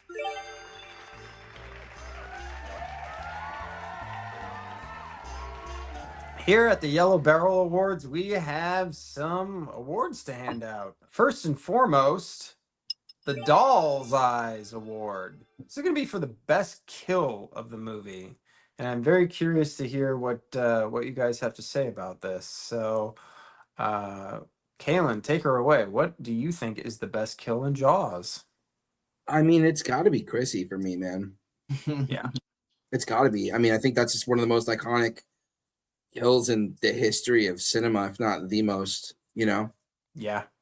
Like we talked about the way that it's shot and the way that it, you know, the homage to The Creature from the Black Lagoon. You talked about how they pulled her down, like how the way they pulled her around. I mean, the performance from the young woman playing her, Yeah, I think that one is definitely top spot for me.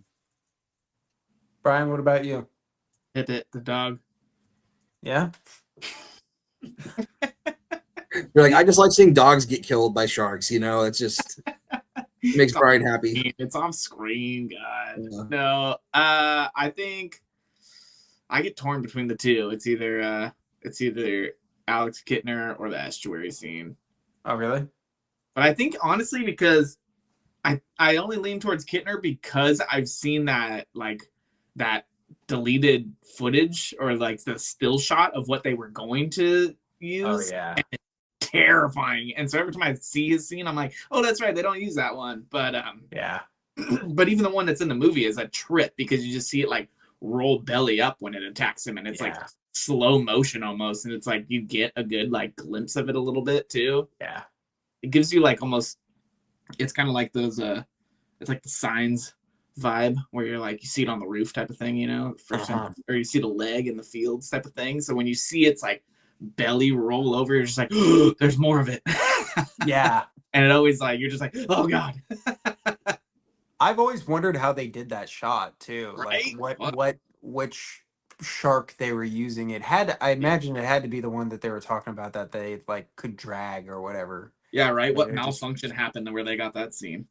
Rolled it over. Yeah. I love that shot of just seeing the shark flip over. It's so cool. Yeah. This is also that's also like kind of like how sharks actually attack too. So it does feel a little bit more real. Yeah. Well, mine would have been Chrissy as well. I do think it is the most iconic kill, but if like who are we kidding? Like Quint's death is just fucking gut wrenching. Just like seeing the shark's mouth up and down as he's like kicking his legs and everything. Yeah, it's brutal.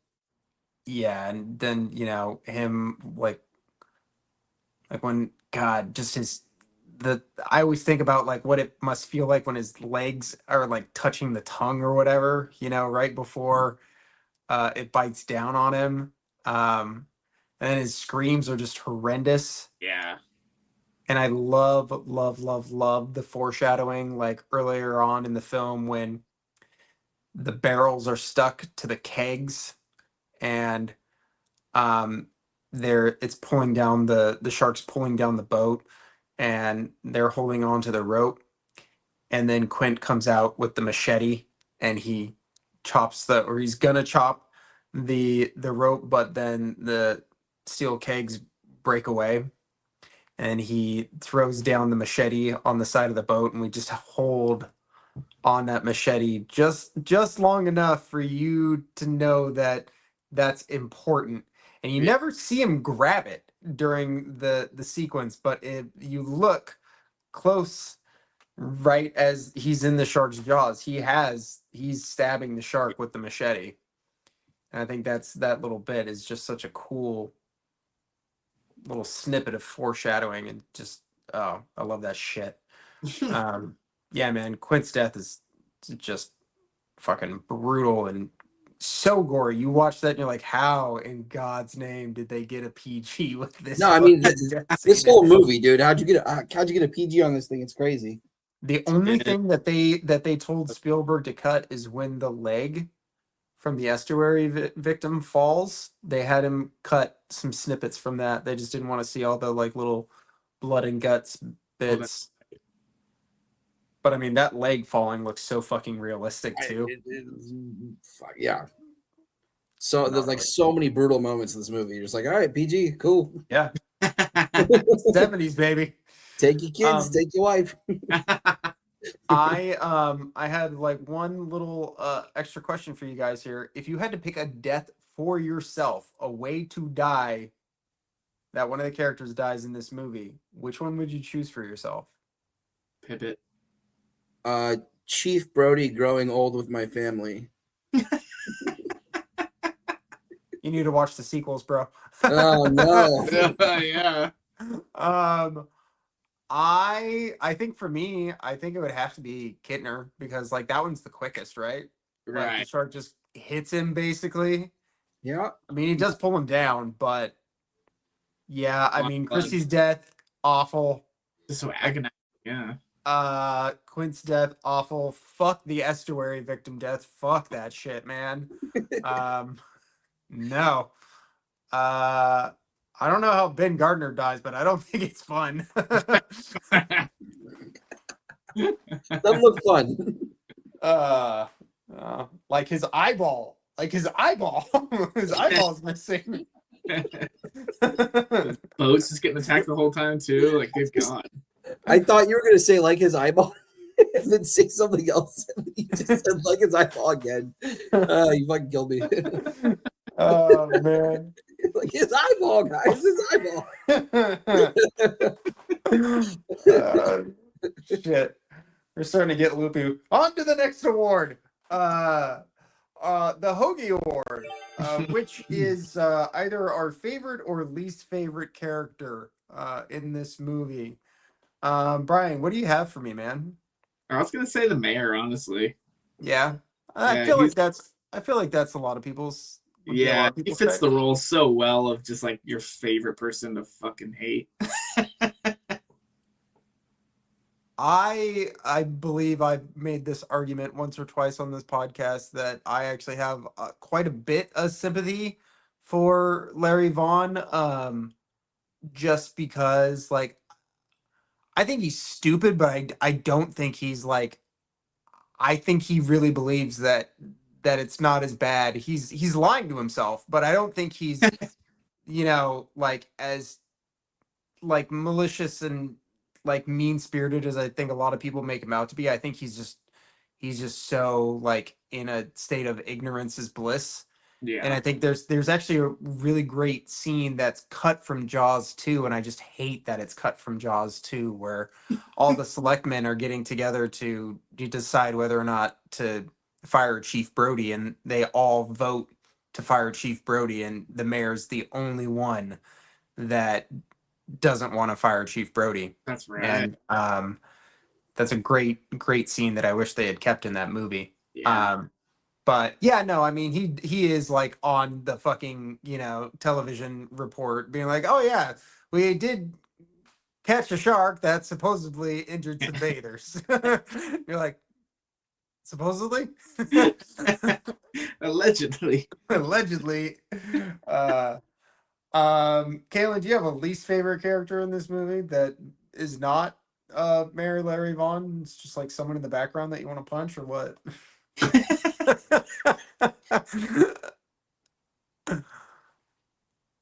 I mean, or I mean, it could be your favorite character too. Like, it's interesting because I have mixed feelings on like all the characters. Like Hooper seems like cool in a lot of ways, but he also like I kind of want to steal his lunch money. Like, you know what I mean? I kind of want to be like shut up, dork. In the nose a little bit. Yeah, you do. You a little bit. You want to like be like, dude, you need to shut up now. Or like Quint is cool as hell, but also like he'd be a curmudgeon old man that would like eventually like would wear on you a little bit. Yeah. Yeah. I mean, I guess Chief Brody as the sort of everyman is a likable enough character. Yeah. But I don't know. I don't strongly relate to any particular character in the movie. That's fair. Yeah. Fuck Alex Kintner. Fuck him. Fuck him. I never liked that kid. I don't know why. I don't know what it is about him. I just like ever since I was a little kid, I was like, I don't like him. I just don't. Oh, I'm like, you should have listened to your mom, you jackass. My goodness.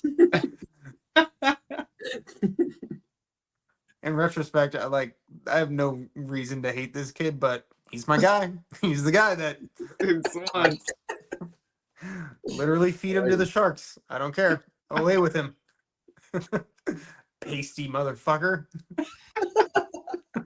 Pasty. Now he's Put on pasty some too. sunscreen. God damn it. Do any of the three of us have room to call anyone pasty?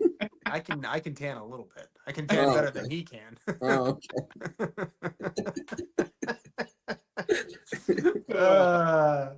On to the Barry Gibb Award. Brian, what do you got for me here, buddy? Who's I the got best your looking boy- actor in this movie? I got your boy, Lance Henriksen, Bishop, Roy Scheider, bro. Chief Brody. Oh no, I get that. Our Yeah, for android. sure. Yeah, dude, that's solid right there. Right? It took I me a like while. that. That's good. Lance I Hendrickson would dig it. also make a really kick-ass Chief Brody, Right? Absolutely. and him in his older years would make a great Quint from the book. Ooh, So yeah. you got good Ed pick. Schneider would have made a good bishop. Yeah, he would have. Right. He would, Yeah. very Yeah. much so. I could see it. Oh yeah, I'd Yeah, it watch goes that both movie. ways. So when I was little, like I don't know why. Well, I kind of know why a little bit, but this guy always reminded me of John Travolta.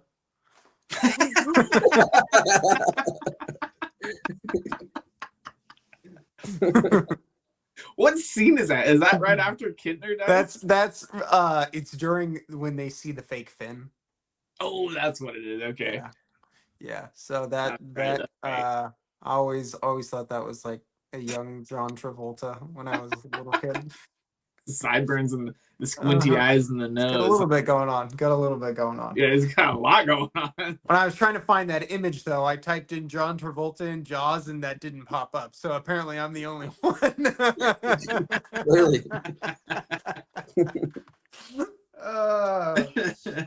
Oh man! And our final award, the No Overtime Award, which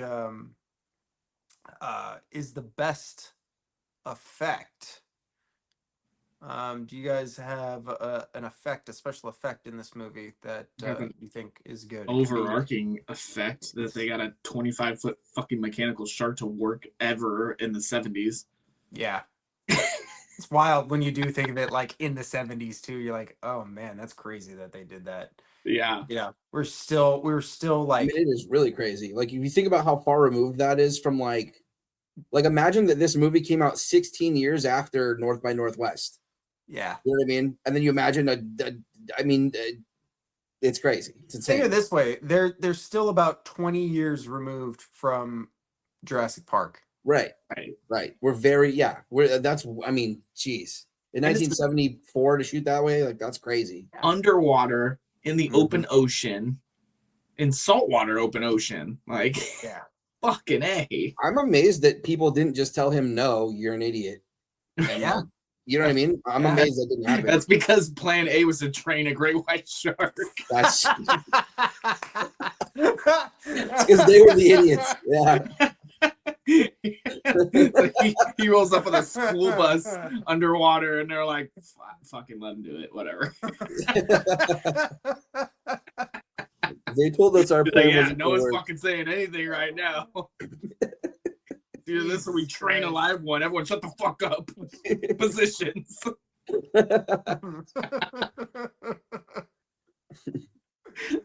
Oh, god damn it. Oh man.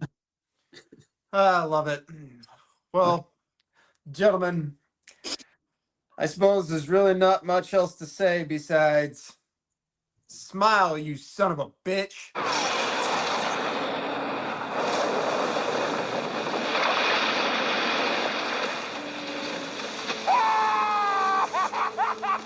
As we reach the climax of our voyage, we come to our last section in which we will give our final thoughts and rankings of the film Jaws. But before we do, Brian, would you give us all an insight to how the film was received and its lasting legacy? Let's do this. All right, reception.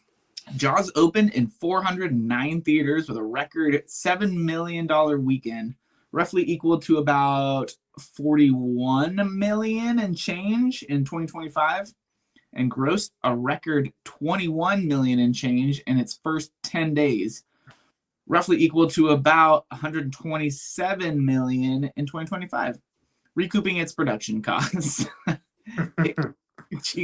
It grossed 100 million in its first 59 days from 954 play dates. In just 78 days, it overtook The Grandfather as the highest grossing. The Godfather. The Godfather. Reading ahead.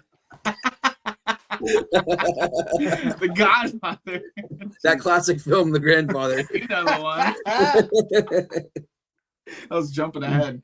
It's the highest grossing film at the North American box office, sailing past that picture's earnings of $86 million, and became the first film to earn $100 million in U.S. theatrical rentals. God damn it. It spent 14 consecutive weeks as the #1 film in the United States. Its initial release ultimately brought in $123.1 million in rentals. Theatrical re-releases in 76 and summer of 79 brought its total rentals to $133.4 million. Let me interject here. I'm not really sure exactly what the use of the word rentals, like where that comes from, but they're not talking about like rentals the way we think of rentals, but they are talking about ticket sales. Yeah, I was gonna say there were no rentals in 1970. There was no rentals back then, so yeah, like, you couldn't rent a movie in 75.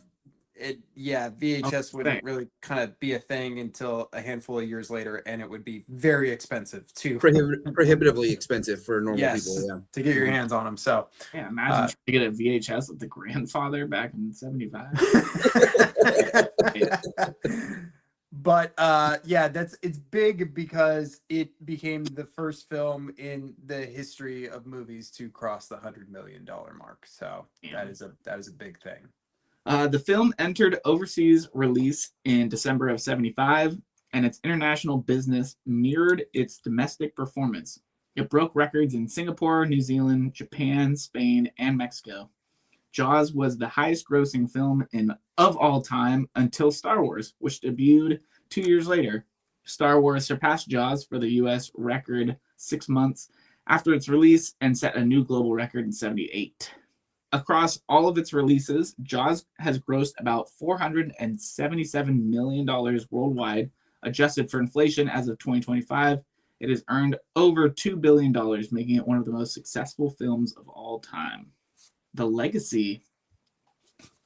Jaws was key in establishing the benefits of a wide national release backed by heavy television advertising rather than the traditional progressive release in which a film slowly entered new markets and built support over time. Saturation booking, in which a film opens simultaneously at thousands of theaters, and massive media buys are now commonplace for the major Hollywood studios. Yeah, so basically the way movies used to be released was that they would kind of release in like New York, say. They'd play in New York for a couple of weeks, and then they'd release some screenings in Chicago, and they'd let that play out. And then it would kind of like work its way across the country-ish, kind of like that. Jaws was kind of the first time that they started putting ads on TV all the time, doing like a very sort of calculated, like, let's push, and then releasing the movie in a bunch of theaters all at once, which was just not the way it was done back then. Also, Star Wars took this game plan and really ran with it. But the merchandise was also kind of a thing. Had a little bit of merchandise that kind of tied into the movie, which was again not commonplace at all at the time. This is all very new stuff that we think of as just like, oh yeah, that's just how movies are done. Jaws was kind of critical in breaking that ground. Jaws also played a major part in establishing summer as the prime season for the release of studios' biggest box office contenders, their intended blockbusters. Winter had long been the time when most hoped-for hits were distributed, while summer was largely reserved for dumping films thought likely to be poor performers.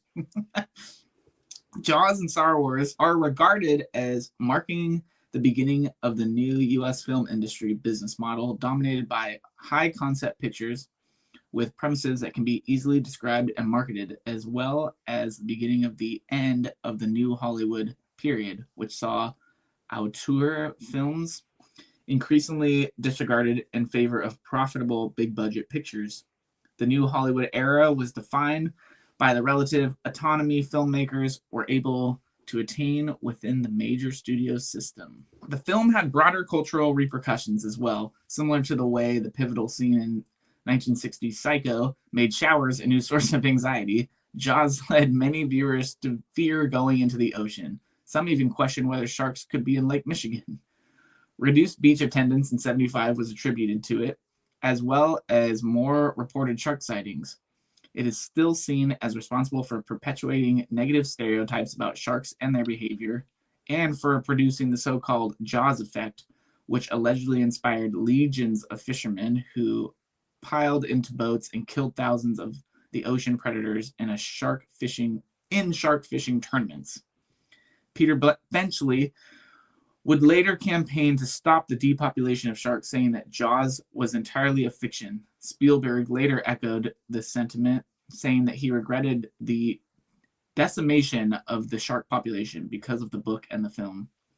Conservation groups have bemoaned the fact that the film has made it considerably harder to convince the public that sharks should be protected. Man. Jaws set the template for many subsequent horror films, to the extent that the script for Ridley Scott's 1979 science fiction film Alien was pitched to studio executives as Jaws in space. Many films based on man-eating animals, usually aquatic, were released through the 70s and 80s, such as Orca, Grizzly, Mako, the Jaws of Death, Barracuda, Alligator, Day of the Animals, Tentaculos, and Eaten Alive. Spielberg declared Piranha, directed by Joe Dante and written by John Sayles, the best of the Jaws ripoffs. Ooh.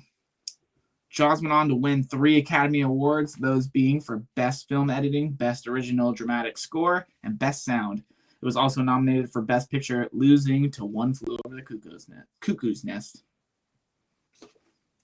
It breaks my heart that Jaws didn't win Best Picture, but if it had to lose, That's the movie to lose too. Right? Yeah, absolutely. Absolutely. That's a hell of a picture.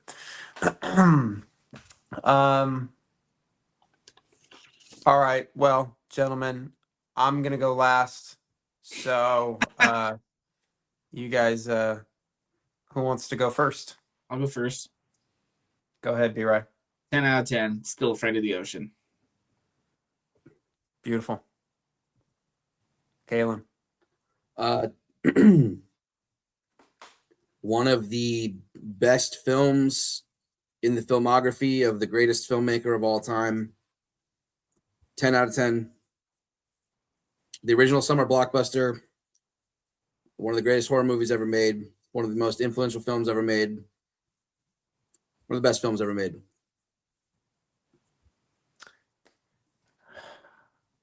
Yeah, I mean, who are we kidding? 10 out of 10. I mean, if the backdrop wasn't kind of telling enough. Yeah, man, I mean, saw this film when I was 9 years old, and at that time, Star Wars Episode 1 had come out, and that was pretty, like, I'd grown up with Star Wars, but and actually had managed to see them all in theaters, you know, because they had done the re-release. So up until that point, you know, I'd seen all of the originals in theaters and then saw Episode 1. So I was like a Star Wars kid. And that didn't change after I saw Jaws, but there wasn't like a whole lot of action figures that you could have for Jaws, you know. It wasn't quite the same, but seeing Jaws changed a lot for me. It changed. I immediately wanted to become an oceanographer, and you know, within a couple of years, I realized that I didn't want to be an oceanographer. I wanted to have an adventure like this on the ocean. And I was like, okay, cool. Well, that's not going to happen doing that. I probably want to make movies is what I really want to do. And like I said, watching the making of Jaws with my dad like blew my mind. Um, I was already like really like Steven Spielberg because I knew of I had seen Jurassic Park and The Lost World, and those movies were really special to me. But this was just like something clicked when I saw this, and I wanted to watch it all the time. Managed to see Jaws 2 not too long after this, and was probably more scared of that movie because I didn't see the making of before. But I loved that movie too. And I remember my dad telling me not to bother with the other two sequels. Um, uh, but for years and years, it was just like something that I would watch all the time. Jaws was just like it was my favorite movie, even when there were other movies that like at the moment were like my favorite movie, like when The Dark Knight came out, like that was my favorite movie, but it was never Jaws. Nothing ever has been Jaws. um I think sometime during COVID, when we didn't have anything to do, I really kind of, you know found this new love and passion is when I kind of started really kind of diving into my collection. I had had some Jaws stuff up to that point, but I really got obsessed during that period of time. It's when I read the sequel books. Um, Managed to get my hands on one of the hard copies with that OG cover with the great like silhouette of the shark, and it's the black background, and I love that. I would love a full size poster of that book cover, but um, yeah, man, during COVID, that just something clicked even more. Like up until that point, it had been I made a conscious effort to watch Jaws once a year, and I still do that. It's unlike something like Jurassic Park, where I'll just throw on whatever. It doesn't have to be anything too um precious about Jurassic Park. Jaws is very, very precious to me when I sit down to watch it once a year. Like everything like has to be perfect. Like the lights have to be turned off, the music has to I've literally the last couple of times I've watched it, I if like when the title card comes up and you see the Universal like logo, there's this sound of the ocean that plays, and it's really, really creepy. You hear like I don't know if it's dolphins or whales, but it's the sort of repetitive sound right before the dun kicks in. And if I can't like hear that right in the way that it like hits me, like dials me in, like I'll restart it. And like I think the last time I watched it, I restarted it like 3 or 4 times before it hit me just right. Um I like watching this movie like makes me nostalgic for a time that I wasn't even alive for. Um and it's very kind of crazy to me that I found this movie um like this there's only 15 years removed from when this movie is released and when I was born. Like when you kind of think of it like that, it seems doesn't seem as far away as what it is. No, a But movie made 15 years before you were born is an old movie to you. I think anyone could agree to that. yeah, but like when you think of it like that, you're like, oh well, like 15 years ago, this is like No, yeah, for sure. But from your but perspective, it's an old yeah, movie. yeah, but it had been 25 years since the movie was released when I discovered it, and now we are uh 25 years since I have discovered it. So I've been with this movie just as long as I had, you know, much longer than I've been without it. But 50 years is a big milestone, and I think it's a big milestone for like a movie that is this important to pop culture and cinema. Um, we've had We've had some big anniversaries for movies, but this one is, far and away going to be the most special for me. Um, you know, At least for the next 50 years. yeah, yeah. I'd love to be around when it hits 100. That'd be really cool. That'd be We're really, really podcasting cool. on it. We're committing to that right now. Save the date. Yeah, That'd be that's fucking right. wild, man. That'd be Same fucking time, 50 wild. years from now. We're all in our 80s. Yep. Bunch of old motherfuckers. Yeah, man, it's the perfect movie. Its imperfections are perfect. I will love this movie till the day that I die. It's last year I posted on its anniversary, the 20th. I didn't realize what day it was. I'd been in a really, really, really kind of bad depression. I hadn't really had a depression like that since Killian was born, and I was in a really bad one that I just couldn't shake. And then I realized what day it was, like when I was on Instagram and saw people posting about it. I was like, holy shit, it's Jaws Day. It's the 20th of June. It's what the hell? And I immediately got excited. I put on the soundtrack. I took a couple of pictures and I posted on Instagram, and I immediately felt better.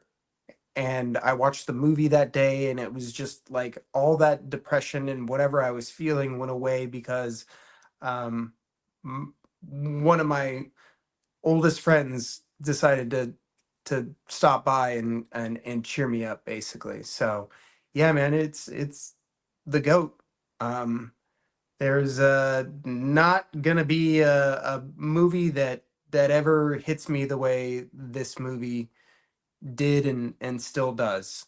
And it is not just a perfect film for the world, but it's a perfect film for me. And it's very, very special to me.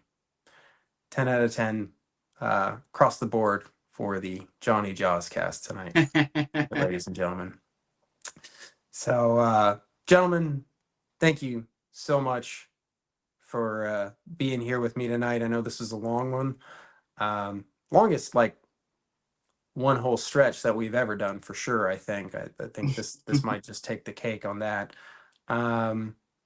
But yeah, this will be dropping right on or right around the anniversary in the next week or two. So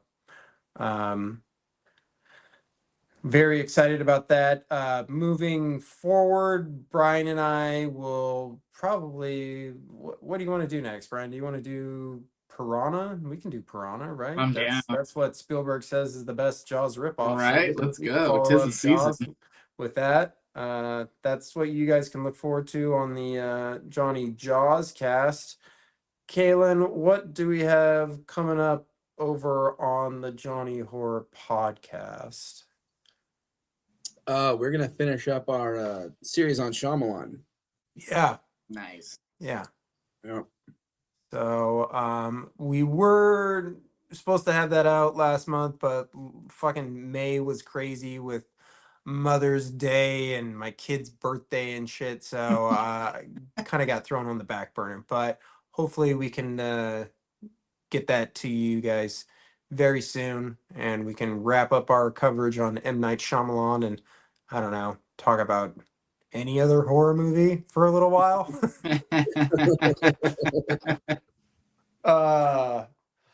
But until then, we are going to keep on traversing these choppy waters and hunting down sharks. So until then, farewell and adieu, and we'll see you motherfuckers on the flip side. Adios, muchachos. Peace.